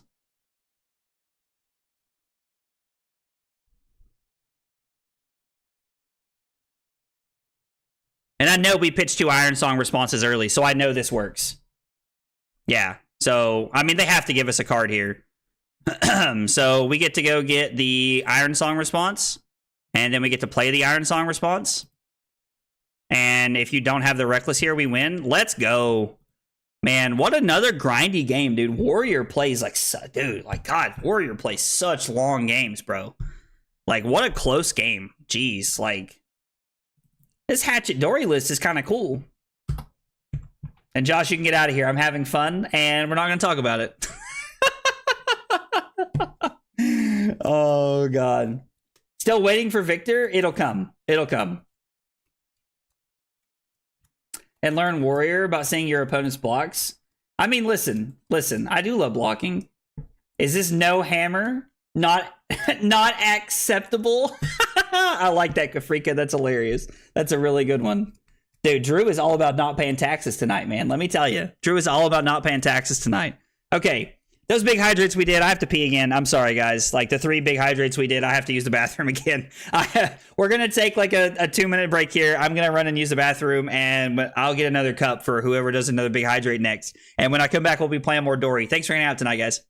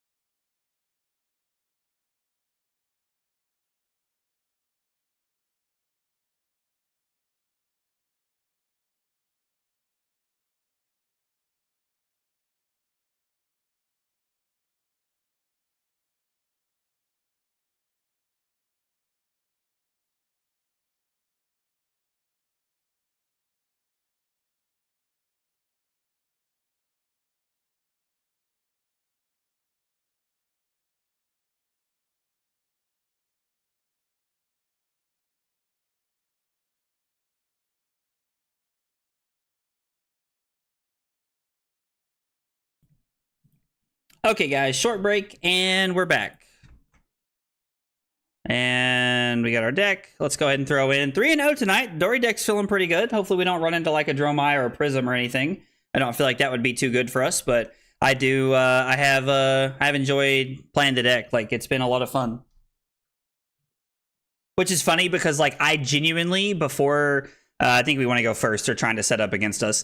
But like I think that like the hatchets were like something I did not think I was gonna like at all before we started playing tonight. If I'm being honest here. But so hey Lumina, what's up? Yeah, I think Dori X's has real legs in the metagame, bro. Like 100%. I think Command and Conquers are good. I don't know. Like, we probably just want to apply pressure, so runners are probably where we want to be in this matchup. Dominite doesn't seem bad. We're gonna take it on the chin because they're not playing like this is a like OTK like style list that people are playing right now. I'm pretty sure we're gonna run Boots because Dynamo doesn't get a lot of value, and we're gonna run Crown of Providence. I think is the play here.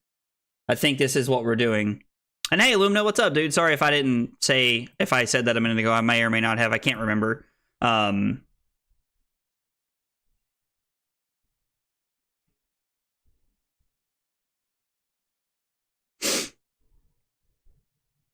Play Spoils of War and attack.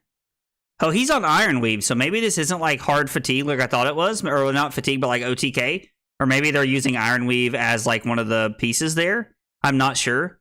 You know what? I think what we're gonna do is I think we're just gonna Arsenal here. I think we're just gonna Arsenal the Spoils of War and pass. Like, I think that's the best play we can make here, if I'm being honest. I think that's what we're looking at here. Yeah, Drew, I won't lie. If I owned more Dori pieces, like if I owned more Warrior pieces, I would definitely be looking to like pick this up and play this at an Armory because like I think this looks like a lot of fun. Like, this is like something I've thoroughly enjoyed, and it's like very thought-provoking for me. So they hit one attack. So they're going to get to take a card here. Do they get an attack or a non-attack? I truly can't remember.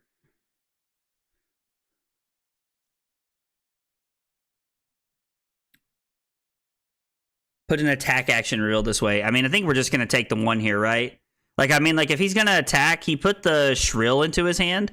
So, like, this could be for 7, which would be pretty good, which means we could do well by blocking. But our hand is also, like, really solid. Maybe we're just supposed to pitch the hold the line here. I assume we're just supposed to pitch the hold the line. Swarming Gloomveil is going to be for 4 with Go Again. The crazy part is, like, since I took all my D-reacts out, like, this is, like, actually, like, kind of weird. So he's going to come in with a Reaping Blade after this. I mean, he had Mordred Sonata to start the game. Like, very unfortunate that I passed here. I think we're just going to take 1 and then take the 2 from the 2 Rune Chants here. So we go to 39. We now have to take the Rune Chants because they are unblockable at this point. And then we're going to go to 34. We're going to play the Spoils of War, and we're going to have a 7-point turn here. And then we're going to Arsenal the Cleave. Not because, like, I think Cleave is, like, this insane card here, but I do think that, like, it's a 1 for 4, and I think that, like, there are, like, a lot of the cards we're playing are, like, technically below rate in this matchup here. Why not play AB1 gloves instead of boots? I mean, we could have played the gloves instead of the boots. I honestly, like, every Viscerai list I've seen over the last, like, 2 months has been OTK, so I brought in Null Rune Boots because I thought we'll get more block out of Braveforge Bracers than we will out of Dynamos, but since they're playing, like, since they're playing like a fair game here against us, like they're trying to play like a more like attacking style Viscerai, like then like I think that like we are in. I think like bringing the Dynamos in would have been better. So that was my reasoning. But how late am I, dude? You're not that late, man. Like I mean, I probably got like 45 minutes left, man. Like I don't think you're late at all, man. A wizard is never late. He shows up exactly when he wants to. So I'm not sure, Kafrika. There might, like, if there's a lot of Viscerai running around, I haven't seen it lately. Maybe Viscerai's popping up in popularity, like, and I'm just not aware of it, to be honest. Because I haven't noticed that, but that doesn't mean anything because, like, I'm not, like, Sometimes I'm just not always in on what's happening in the metagame right now, so that is very possible that that's what's happening. So this is for 7. So if I block with Ripple Away, Bracers and Grains here, I can pitch, hold the line to play Cleave, play Lead with Speed, and attack with Hatchet for 9 Arsenal Blade Flurry. And we're setting up for a bigger turn here. I mean, this is a blue Mauvrion, so like maybe like I guess we're trading blocking value here. We're trading 2 points of block on our equipment here for 3 points because of the Mauvrions, guys. Now maybe I'm supposed to wait. I don't know. Aggro doesn't notice a lot. Bro, get out of here. I don't think I do too bad most nights for someone who's trying to read the chat and talk to you guys and play. I don't think I do too bad, Josh. How about that, huh? But yeah, I don't. If there is a reason that Viserai is like spiking on Talishar, it's like I'm not aware of it. Like it's probably just because people want to play Viserai, honestly. But I don't know. Maybe Viserai wins the PT, and like it's the best kept secret ever because I haven't heard anybody talking about Viserai at all. I haven't heard anybody talking about Viserai at all.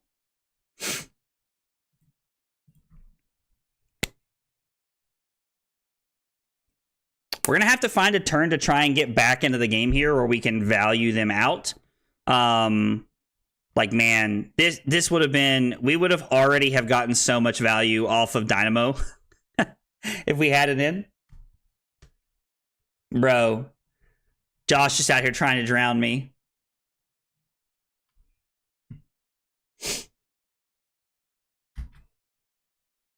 I mean, that's true. Like, considering there is, like, less warmongers out there in the world, like, it's very possible that, like, Viserai just doesn't get wrecked anymore. I know a lot of people have been cutting warmongers diplomacy from their lists in general, so that very well could have something to do with Illumina, absolutely.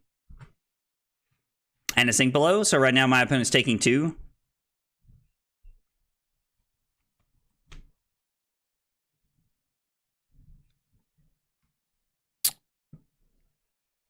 Imagine if Blade Flurry just said, like, all weapon attacks get +2 this turn. Like, you could actually, like, get it, like, 0 for 6 value out of that, like, quite regularly. You could, like, literally turn that card into Rain Razors if it said that. Bro, this hand is cracked.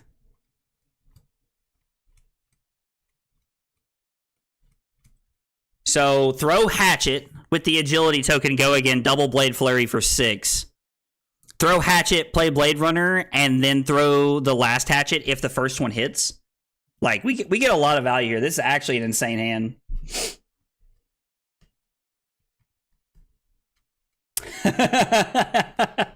Yeah, I dare say they're not going to repeat anything that makes people think, oh god, this is Lexi. Like, no, I don't think there's ever a world where that they're repeating that over again. I think we're just going to take... So we're going to go to 25. Like, my hand is really good. Like, my hand has a lot of value here. So after this, it's probably just 4 more. So we go to 21. Oh, no. Ugh. That's a tough scene. So we're taking, I'm sorry, 9 more. I mean, we've committed to the line at this point. Like, we're here. It is what it is. We have committed. I also gave up my equipment pretty early this game to, like, try and swing the tempo back in my favor, and my opponent has had some, like, my opponent's had some good hands here. Like, and I think that, like, this is, like, part of this has been, like, me just sleeping on the fact that, like, what some of the dumb things that Viserai can actually do. And, like, you just don't ever see it anymore because nobody ever plays it. But Viserai does a lot of really good things here. Like, I think in the current meta in general, like, Viserai does a lot of really good things. So let's see. This is going to be for 6. This is going to be for 7. And then this Hatchet of Mind is going to be for 6. So 12, 19. This is a 19-point turn from us. Like, I think this is, like, enough to, like, try to get us back in the game. Used to be an issue for one-handed Dori. Why was that, Troll? Also, how are you, buddy? I haven't seen you in a while, man. You been doing okay? Dude, it would be insanely broken if Blade Flurry worked that way. I agree with you, Josh. It would be crazy.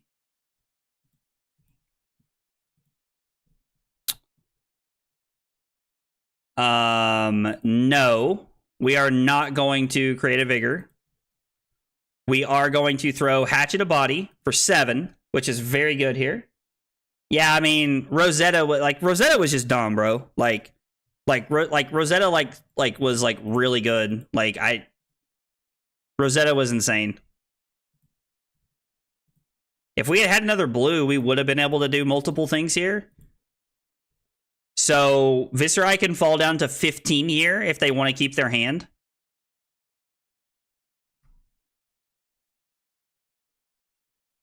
Why do you hate Runeblade, Josh? Like, I think Runeblade serves an important, like, role in the game. Maybe not, like, a super important role, but, like, I think that Runeblade, like, I like Runeblade. I think it's fun. I think everybody's, like, kind of like, oh, no, Runeblade, because it was the most broken thing in the world for a long time. These all red hands are tough like this. They get a Vexing Malice. Yeah, I think we'll just take that. I mean, the good news about this hand is that it does block very well. We can block spoils in the swing, lead with speed, and then arsenal the spoils if we want to.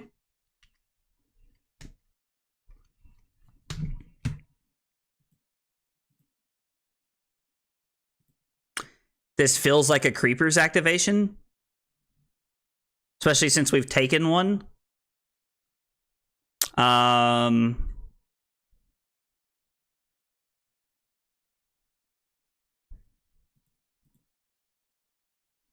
think blocking 6 is correct here.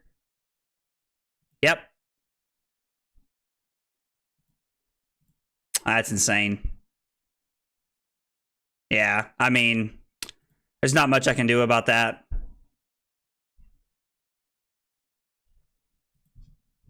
I mean, we're definitely just taking the 6 rune chance there.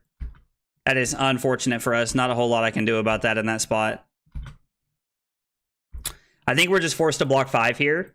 And hope that the Runeblade does Runeblade things. I think that's like really all we can do. They're going to crack Ether Ironweave here to throw Reaping Blade at me, as they should, because they're just losing the rune chant value there. So we're going to take the rune chant, and then I guess we're going to go down to 5.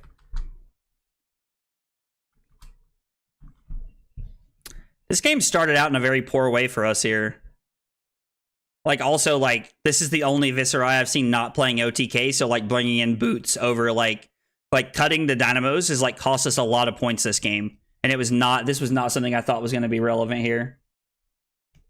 Yeah, that was not a great hand at all, Lumina, for sure, And, like, I mean, like, Viserai is, like, being able to, like, creepers in the Revel is just insane.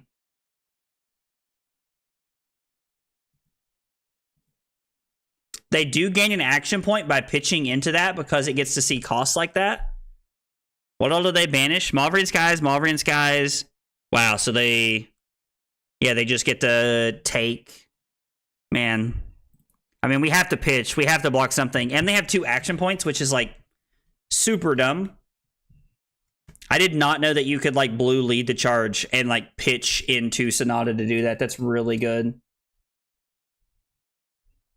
I mean, Grains hasn't done a lot this game. Like, I think a lot of people like Grains because it blocks 3, and, like, I get it. I understand. Let's block 4.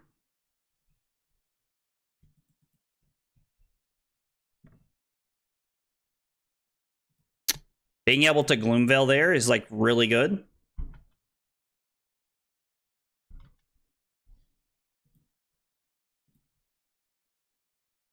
I mean, this isn't Vincent. They can't prevent the damage. So, like, going to 2 is kind of scary, but, like, we might just supposed to save Crown here. I don't know.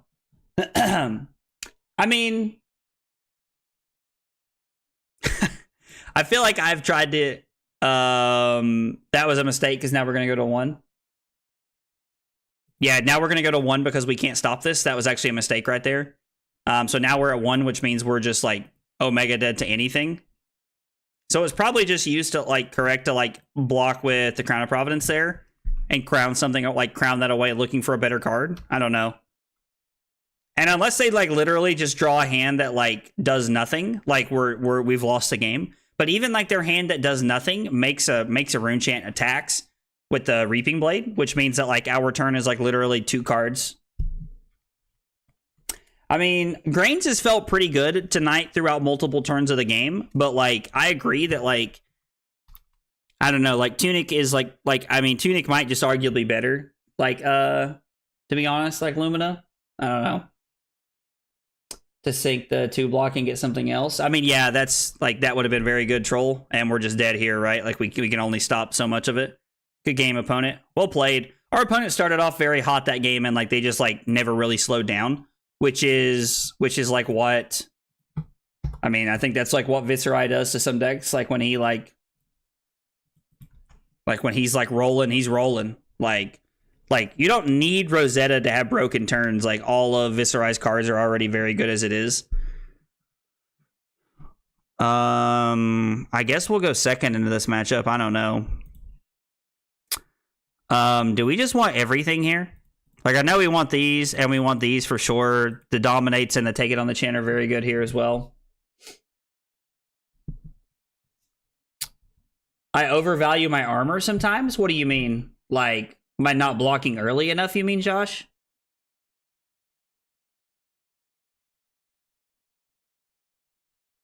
Oh, I see. You're talking about playing Courage over playing Grains. I mean, that's interesting. Like, I don't really know that I have enough knowledge about this deck to like be able to give that opinion there. But like, I don't know. I don't hate the thought of that. Like, I don't hate the thought of like playing that card. That doesn't seem terrible by any means.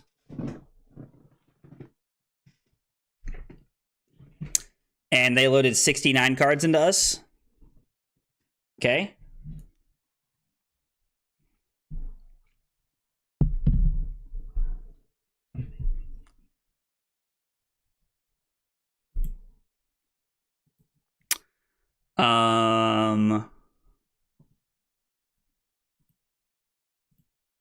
I guess we'll just go ahead and play the hold the line here. Like, I don't think there's a reason to hang on to it or anything, really. Courage has 0 text in this deck. Does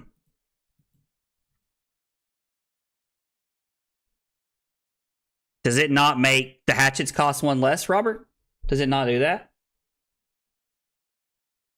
Oh, you're talking as Kasai. Oh, so it does not work on hatchets. Okay, that's good to know. I did not know that. I'm glad you guys told me that.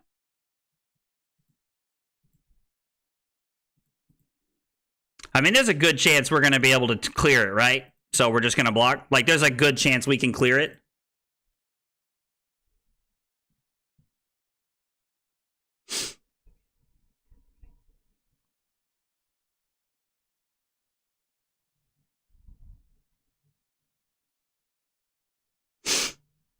So I kind of like playing the lead with speed for next turn.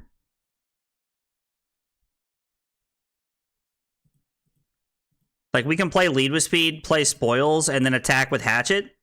And we can just throw the other hatchet here. Like, I think I'm perfectly okay with this line. Like, I think I'm perfectly okay with this. So it's swords only. Yeah, so there's, like, really, like, yeah, I mean... So, like, it makes a lot more sense in Kasai. Yeah, 100% it makes more sense in Kasai, like, because you could actually use it in Kasai. And, like, you, like, just really can't in this deck. Like, it just blocks 2. It just blocks 3, right? So, like, Grains is just technically better in this deck at, like, every turn.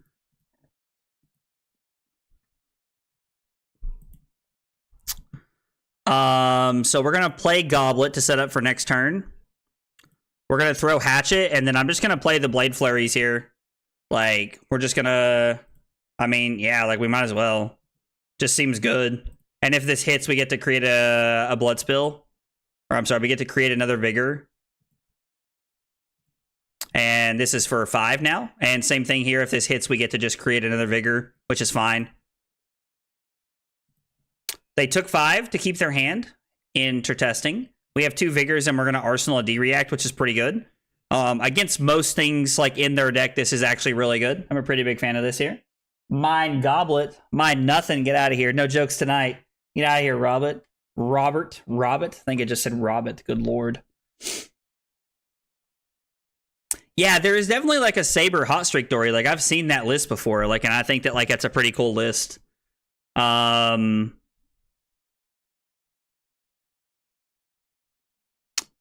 Ripple Away.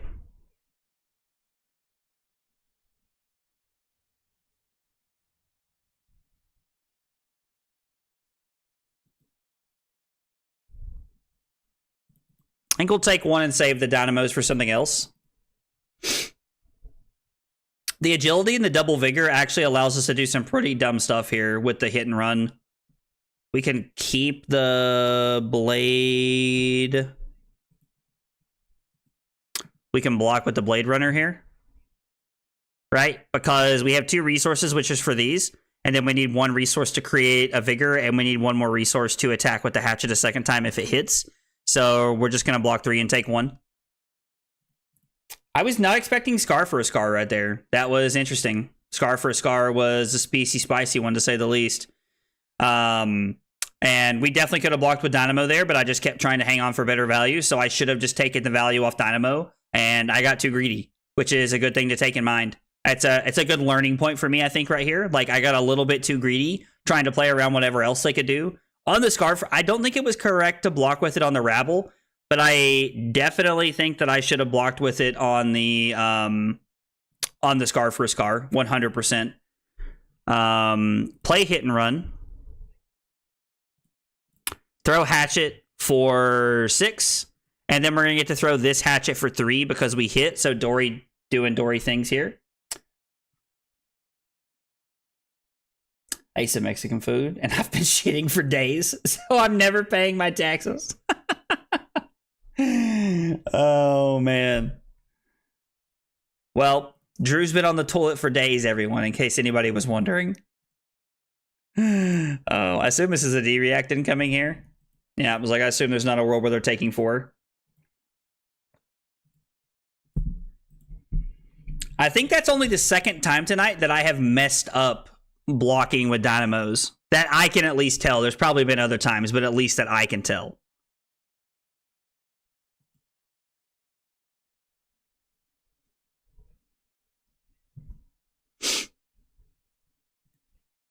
I'm just going to say no blocks here. We're going to go Fate Foreseen. We'll leave that on top. And then to take it on the chin can be played at any time, so there's no point. I mean, the agility's worth, right?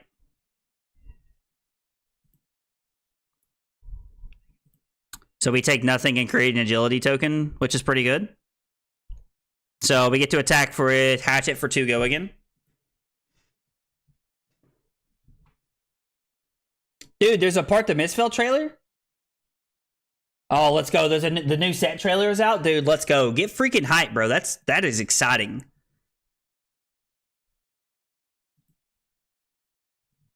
Oh, big Sag. That is a big Sag. We're going to use Iron Song Response to push through here, though. Because we get to activate Grains, Brave Forge Bracers, and swing the Hatchet, which means we're just getting rid of the Frailty token. So we're still just coming in for 3 here, but that's okay. There's an Assassin? Josh said, let's go with that. That's funny. There's an Assassin in the new set? Is that confirmed? Is that from the new trailer? Dude, y'all are killing me. I'm having a real FOMO over here.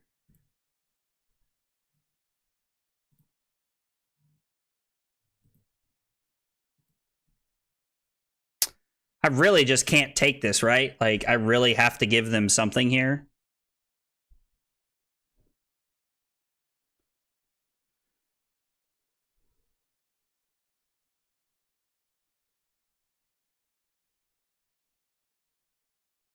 So, use the resource to play Spoils of War.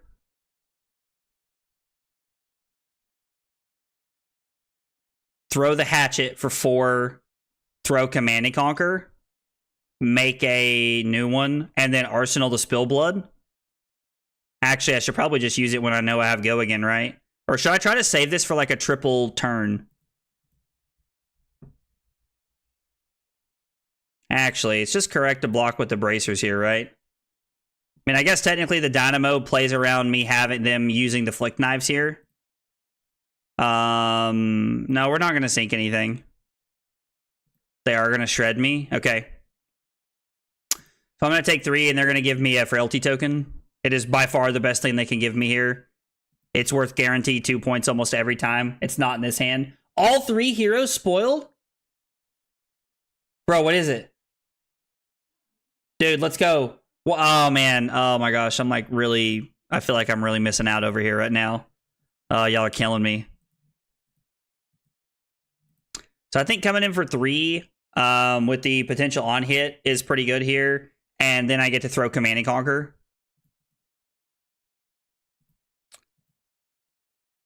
And then throwing the Command and Conquer has so much value here because it just like immediately puts us in a position where they have to give us 2 more cards, which is a big swing for us.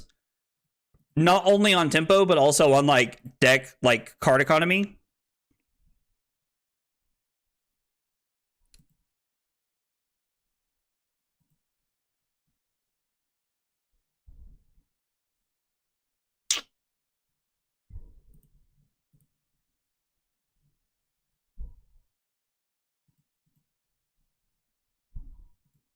I was like, please no shred here.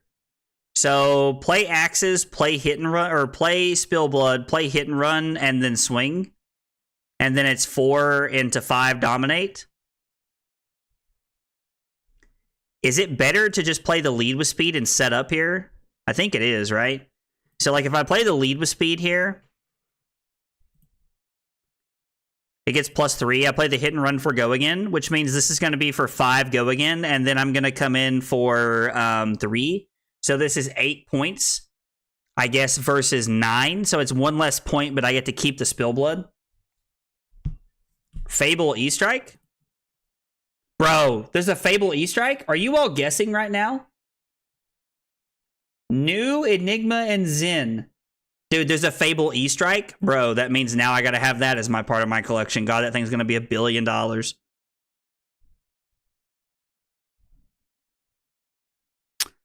Big Sag.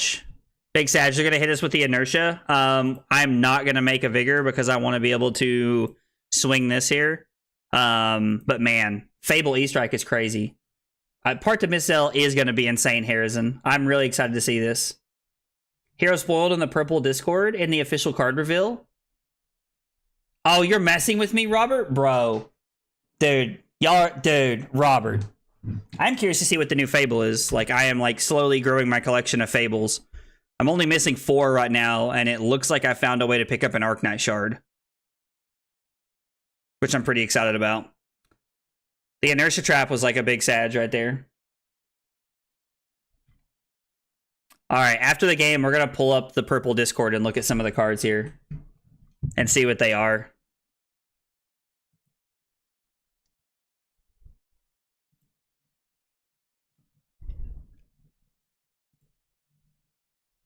I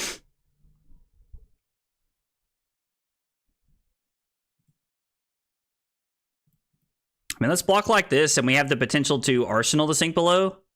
I mean, yeah, that's good value for me. Like, that is pretty good value for me right there. The agility token pops. Which means technically we could use, if they let this hit, we could use the Sink Below to throw this multiple times. All right, they, like, God, the Frailty Traps, the Inertia Traps are killing me right now. Sorry, opponent. Also, get that Command and Conquer off the screen. Okay. So they're taking nothing, and then I'm coming in for 4. Or I'm sorry, for 5. It was going to be for 6 because of the Hatchet text, but it's going to be for 5 this time around. So they have to decide if they want to block here or not. New resource? It's going to be a fly trap for anime fanatics. Oh boy. We do get an assassin. Okay, that's cool. I mean, I'm excited to see what the new set looks like. I'm going to pull it up after this, and we're going to look at some of the cards that are in the purple Discord for sure. Because, like, I'm all about seeing the new spoiled cards. I mean, sink below to put the cleave on the bottom.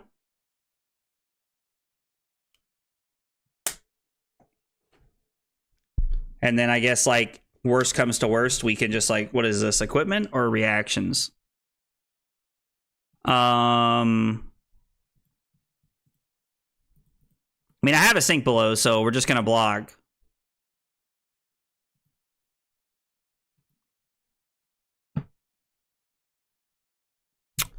I guess we'll just take 2 here. Like, this is fine.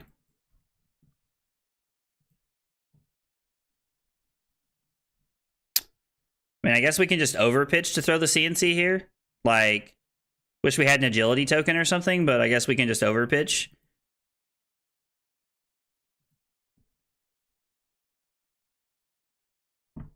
I wonder which cards are being FOMO bought out right now. I mean, there's probably a lot of cards being bought out right now, 100%. There's more on the way apparently being shown at LA. Yeah, I'm not surprised. Like, I know they always, like, show new cards at the PT and stuff like that, so I'm not surprised at all. Not surprised at all. I mean, we're just going to give the value and give sink below, and I think we'll just go ahead and put the nasty surprise on the bottom in hopes that we find something better. And we do.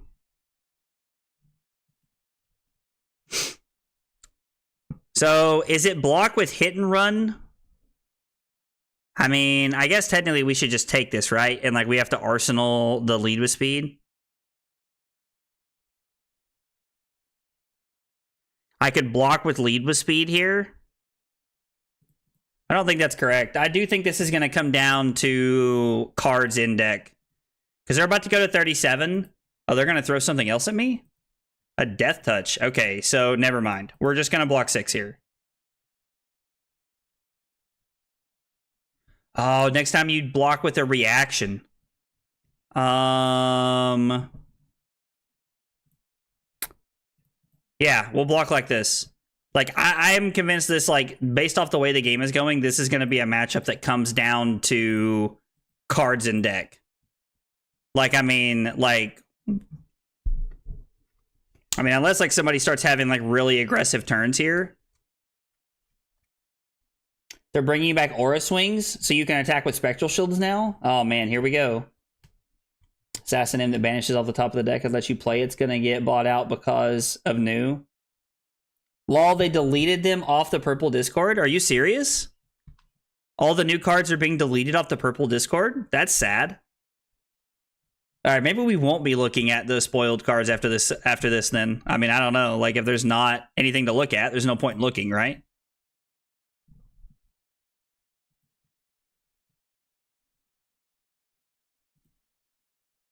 No, I wanted to block with it. Sorry. Thought I was at the blocking step here. I mean, if he has a shakedown, that's pretty bad. Yeah, there's literally just nothing I can do about it. Like, shakedown just lined up for him. He gets to take a Blade Flurry here. That's what I would take. Like, I think I would take the Blade Flurry there. So we get to play lead with speed and then swing the hatchet here. And this is going to be for 5.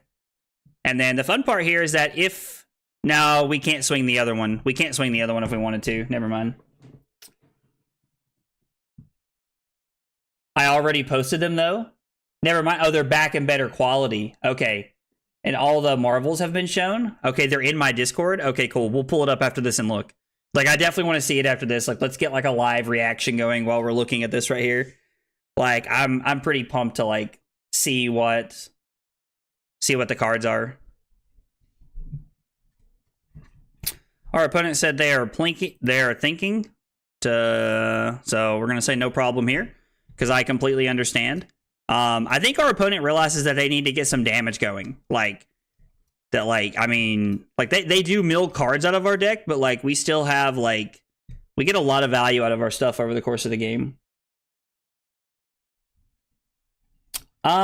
So I'm going to be honest, John, I don't know. Dori is not really my thing. We're playing Dori tonight because Everybody who's a subscriber on Twitch or a member on YouTube gets to vote on what I play on a weekly basis. And so like they voted for Hatchet Dori. And I'm going to be honest, I don't really know. But Dawnblade might be better at just trying to push cards through, like push things through. Like you get like more play that way. Might be better for you. I don't know.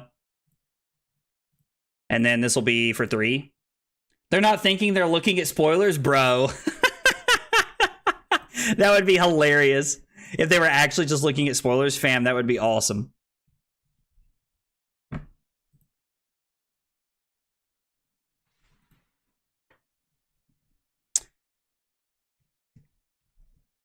I mean, if I block Blade Runner and lead with speed,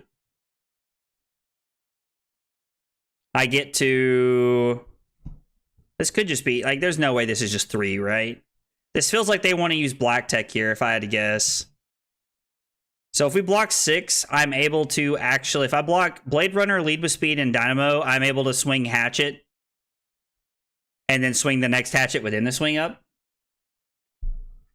Mystic might make a special kind of resource. That's interesting. My weeb is coming through on the aesthetics of the set.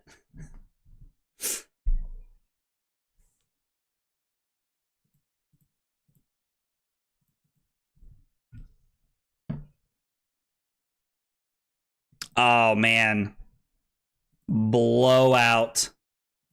Blowout. Was not even remotely ready for that. What a good play by my opponent right there. What a solid play for my opponent.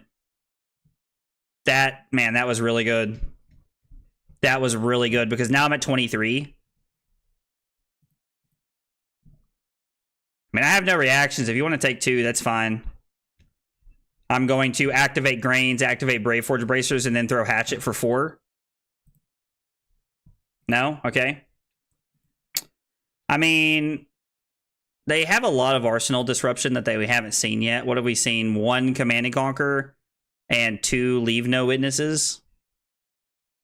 They have seen 2 Shakedowns, though. No, we've seen all 3 Leave No Witnesses and 2. There's 1 Command and Conquer left in the deck. No Leave No Witnesses and 1 Shakedown. So, I mean, like, we have a decent chance at, like, just playing the Goblet here and then arsenaling the In the Swing. I feel like we actually have a decent shot at trying to make that happen. But we don't get our Dynamo value back. I think let's just do that. I think that's a better play. And we're just going to have to go to 20 here. No, do not skip my Arsenal. Let's definitely Arsenal this card here.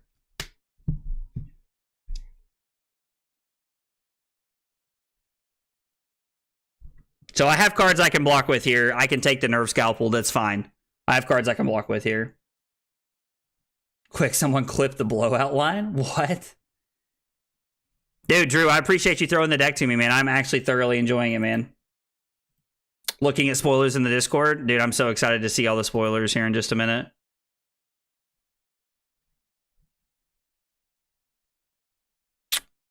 I really don't want to take 4 here.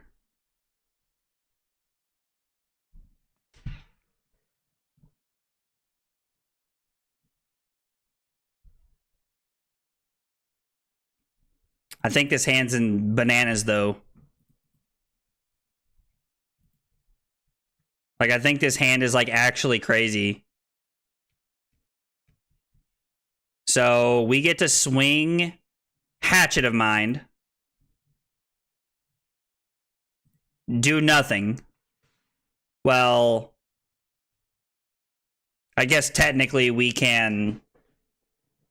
They have no more Frailty Traps. And now we can actually, like, we can activate Grains here because we'll be able to play Steel Blade, 1 floating, throw the Hatchet, and then in the swing, draw a card, and draw a card off the glint, giving it go again here. So we can activate the Grains here if they let it hit, which is good to know. And then because this has go again, we can actually swing this again, which is insane. If we can find a way to really make go again happen one more time, we might be able to, like, really make some stuff happen here. Tiger Ninja looks really nutty if just pitching a Mystic card gives you the blue resources. Oh, God. See, you guys are seeing all the spoilers, and I am... Oh, I'm sorry, opponent. too busy talking. We're going to pick Hatchet of Body, and then I am going to come in after this. So this is going to be for 5 on hit draw card. And we have double in the swing, so like I don't think there's a cold chance they can stop this here.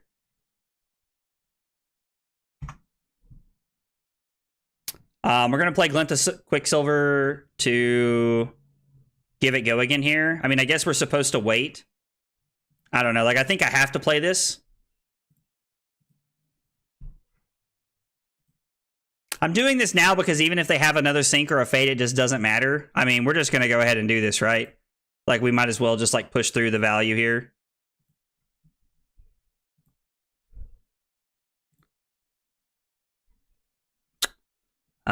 No, we don't want to create a Vigor, unfortunately. Man, I really wish there was a way to make this free. But we do get to throw this here. So that's pretty good. I mean, we do get to throw it here for 3, so... I'm thinking the blue resource means it's just a form of blue pitch. Dude, you guys are seeing all the cards that I haven't seen yet. Alright, I think, like, we're going to pass here. We did some catching up there, but we're still a little bit behind. Alright, guys, I got to run to the bathroom real quick. I'm sorry, all these big hydrants are running through me. I'll be right back.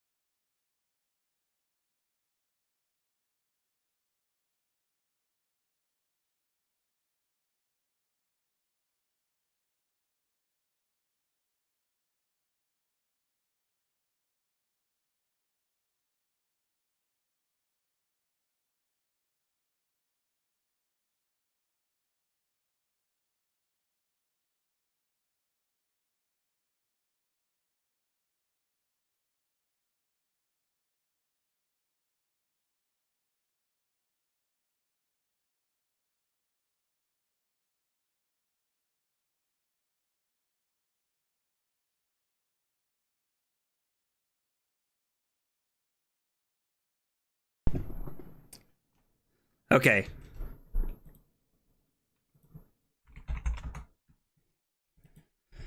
Oh, all right. We're back. Short break, but we're back. All right, so we got E-Strike for 7 here on my opponent's turn.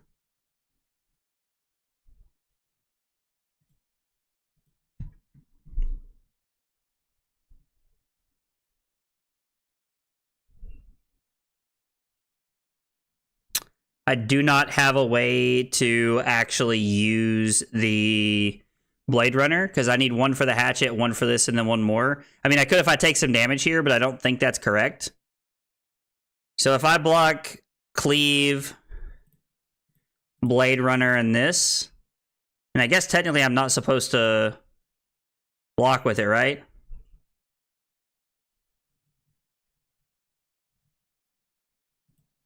Yeah, I'm definitely just supposed to block here and take 1, I think. I think that's correct play. Is her fan. I don't want to have to buy Flick Knives. I don't even think Flick Knives is that expensive, is it? Is it, like, pretty expensive? Did I, like, miss that part of that? We're going to throw this, and we're just going to see what they do here. I'm maybe supposed to just play the Spoils of War here because it's, like, guaranteed effect, but... So I'm going to pitch the Iron Song response here to make a Vigor, and then we're going to Arsenal the Spoils of War and pass. Having all of our equipment, I feel pretty okay to just, like, say no blocks there. The Agility token is awesome. I mean, 1, 2, 3. Like, I mean, that's a Hatchet for 2, 4, 6, 10. I actually just don't care about blocking this. We're just going to go to 13. Oh, no, it's like 20 bucks? Yeah, dude. Dude.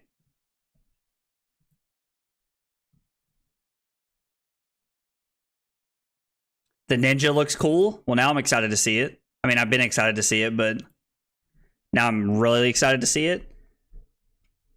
I feel like there's going to come a lot of new, like, fun stuff out of this set. This is for 9.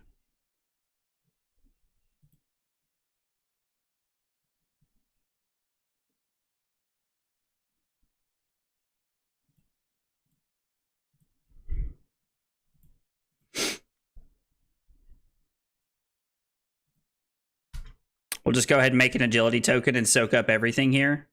I mean, the shred, like, again, there's just nothing I can do about these shreds. Like, we just have to literally get through them. There is nothing I can do about it. Part of me's thinking we just attack for 1 and pitch to the Pox.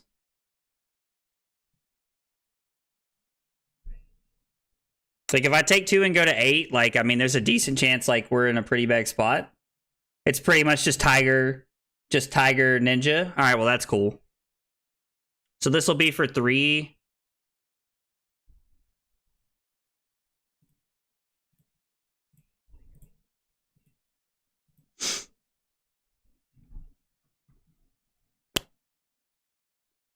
Yeah, I don't think we're going to win this game. I don't know, like, this game does not feel like it's going my way right now. The only thing we have going for us is that we have more equipment than them, but they also have flick knives, which means we can just never go to 2 here. Like, we can just actually never go to 2 because of the flick knives here.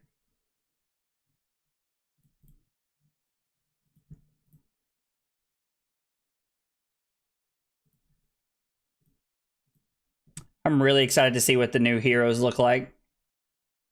Auditor. Auditor? I don't know. I'm saying that right. Appreciate you being here and hanging out on Twitch tonight. Do I really care about a Vigor? I mean, yeah, like, we want the Vigor, I guess. It's better than the +1, I think. My opponent's, like, trying to keep cards here to, like, try and win the game with, which I think is, like, a good play.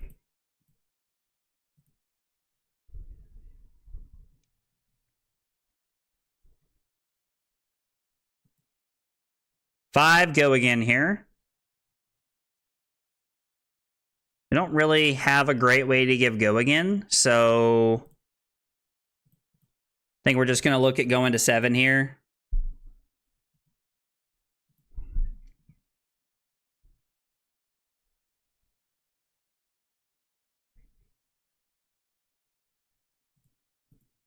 Let's just block 6.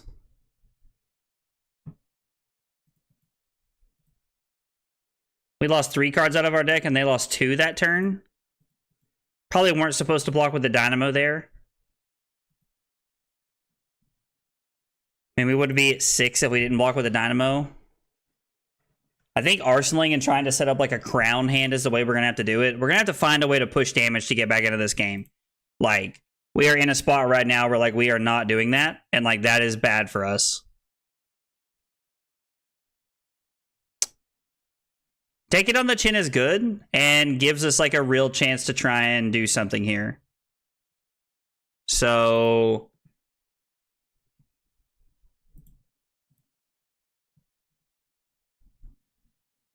I think we can just block 5 here and try to play the take it on the chin to, like, prevent the damage here.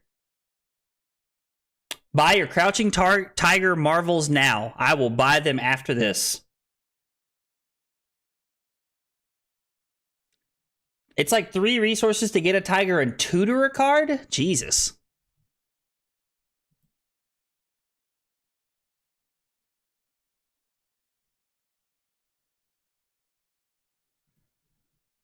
So we're not really taking any damage, but, like, God, like, this still does not feel good at all. Like, I was really banking on playing this. So I think we're just going to have to play it to get the agility token. Wait. Oh, I wasn't dealt damage, so I literally just wasted that card. And now, like, every card in my hand is just not good. Man, I was not thinking about that. I feel like I was playing really well earlier, and I feel like it's all kind of just fallen off since then. Yep. We're just going to pay for one of them here. And then we're going to take the second one and go to 5. Like, Like, we're just not high enough to, like, really keep any cards. We did make up a card that turn, which is nice, but, like, I feel like I'm not, like... I feel like I'm in a place where, like, I'm really not keeping up with, like, what they're doing. Also, like, all these shreds late game are just, like, rick-rolling me right now.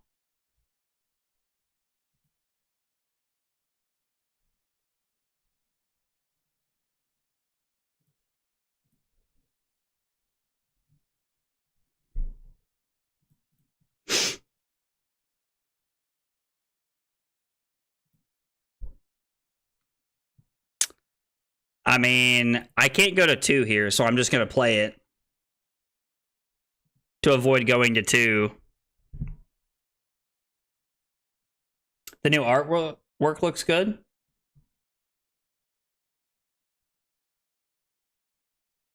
You should just look at the stuff on stream after this game. Yeah, I'm going to pull it up and look at it after this game. Like, for sure. I assume he's going to name blue. Yeah, I was like, yeah, you absolutely choose blue right there every time. Good choice for my opponent. And then, like, again, I'm just passing here. And now my opponent's now up on cards.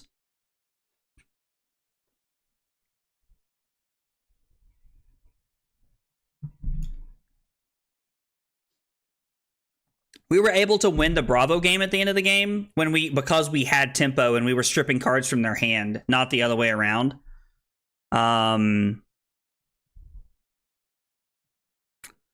I mean, yeah, I'm just gonna give Crown here. Crown away my arsenal. Drawing into the nasty surprise is not what I wanted to see at all. What do they even have left to put in?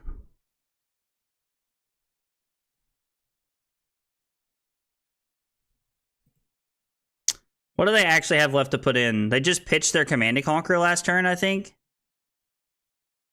So, like, it's the last spreading plague. It's the last spreading plague.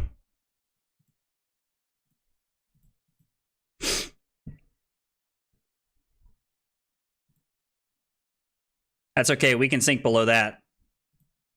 Deal. Every day of the week and twice on Sunday.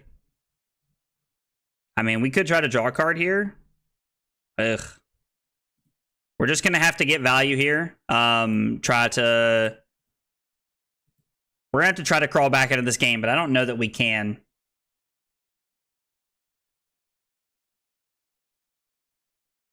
My girlfriend said the Illusionist is her favorite. Let's go.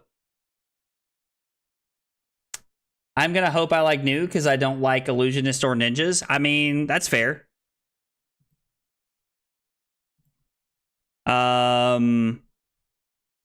I kind of like drawing a card here, if I'm being honest, instead of, like, playing this for the +1 effect.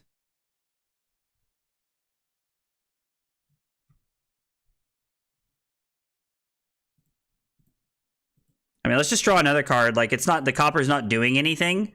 So, and then we will come in here for 3, which our opponent can take if they want. And we're literally just going to stay at 7 cards in our deck after we draw back up. I am going to go hit and run, and then I'm going to go red hit and run, blue hit and run into the nasty surprise. I got an ad on opening this stream. Yeah, it's because I remember to monetize for a change, man. I remember to do it for a change, which was kind of nice. You had a hecking big nap. How long did you nap for, bro?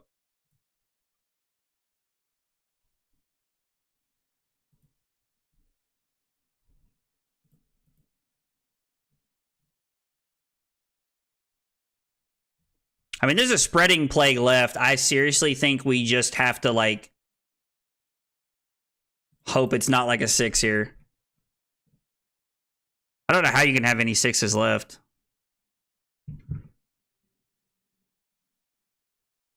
So this is actually fine, right? Like, we just get to play the hold the line here.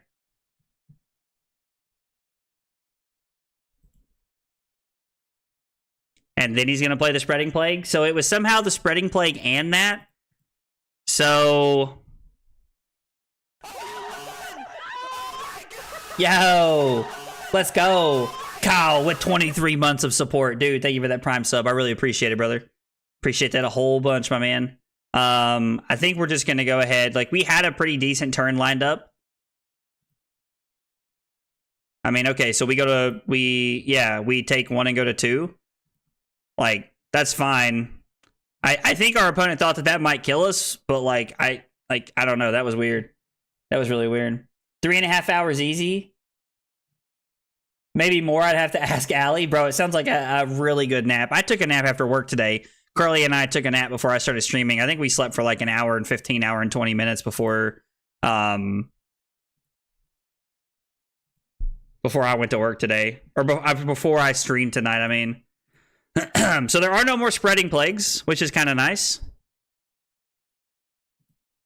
I don't even have an attack to get. This doesn't do anything, right? No, I do have Command and Conquers, so technically I have to go get a Command and Conquer. Oh no, I have a card there. It doesn't matter. So they pitch Shreds, which means I have to give 3 cards here. So this is where I'm just going to get fatigued, right? I mean, technically, if I block like this, if it's a blue Shred, it doesn't matter, but...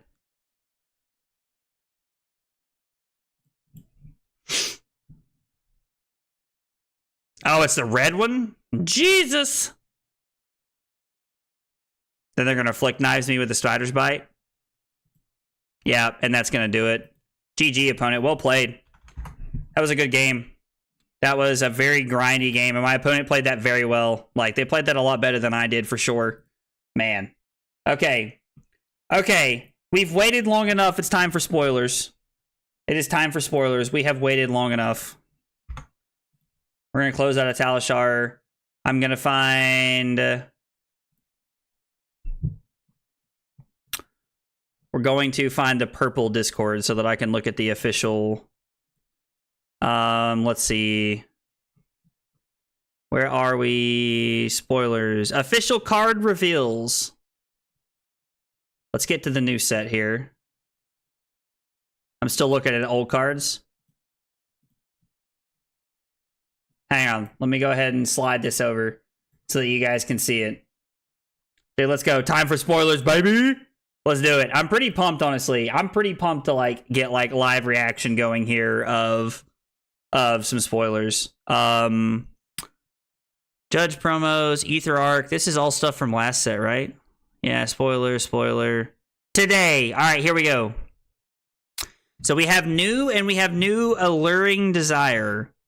40 and 20. Your attacks with stealth get, when this chain link resolves, banish all action cards defending this.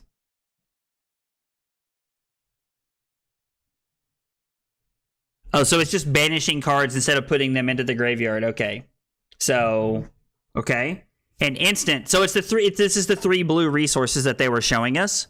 Look at the top card of an opposing hero's deck. If it's a blue, you may banish it. Until end of turn, you may play blue cards from that hero's banish zone without paying their resource cost. Oh, wow. Dude, that's cracked. Can you imagine? Like, can you imagine doing that against, like, just throwing arcane damage at Kano? You also have the ability to just, like, throw blue Guardian attacks at people. So, initial reactions here, and I could be wrong, looking at new, she's going to play a ton of blues and play defensively. Japanese language print gets an additional Lego and Marvel? Dude, what? That's awesome. This is crazy. So, like, my first thought is that she just wants to play defensively and, like, banish people's blues off the top of their decks, maybe. I don't know. I could be wrong. The assassin hero, though, that's really interesting. That's kind of cool. Oh, wow. That's an awesome Marvel. Those are really cool Marvels, dude. Hey, Chris, didn't we just play? Mystic Illusionist hero. So all of the heroes have Mystic on them, right? Yeah, Mystic Assassin hero. Okay. Enigma, Leader of Ancestry, and Enigma. Your first Spectral Shield attack each turn costs 1 less to activate? Bro, that's wild. Dude, Chris, you played that very well, man. That was a very well played game by you, man. Like I really tip my hat to you because I thought I was like doing a pretty good job, and then like you just you really took the game there like towards the end. Well played. Create a spectral shield token with a +1 attack counter. Oh boy, here we go. So we're getting like a new form of resources, right? Like we have to be. Like that's what this has to be, right? Oh my gosh, look at that. That's so cool. Like I like the lights in the background, like that's awesome. These are going to be really cool marvels. Yeah, it was a close game for sure, man. I enjoyed it. You already hate her? Okay, here we go. Mystic Ninja Hero, Zen, Tamer of Purpose. Once per turn instant, pay 3 of the blue resources, create a Crouching Tiger in your hand, search your deck for a card with combo and banish it, then shuffle you may play at this turn. Jesus. Get out of here, Robert. Bro. That looks awesome. Well, I can tell you right now that like I will probably be playing this hero when release comes out. That and the Bluesionist. Dude, that is such a cool marvel. Look at that. Like the background with the trees and like the birds. Dude. This set's going to be awesome.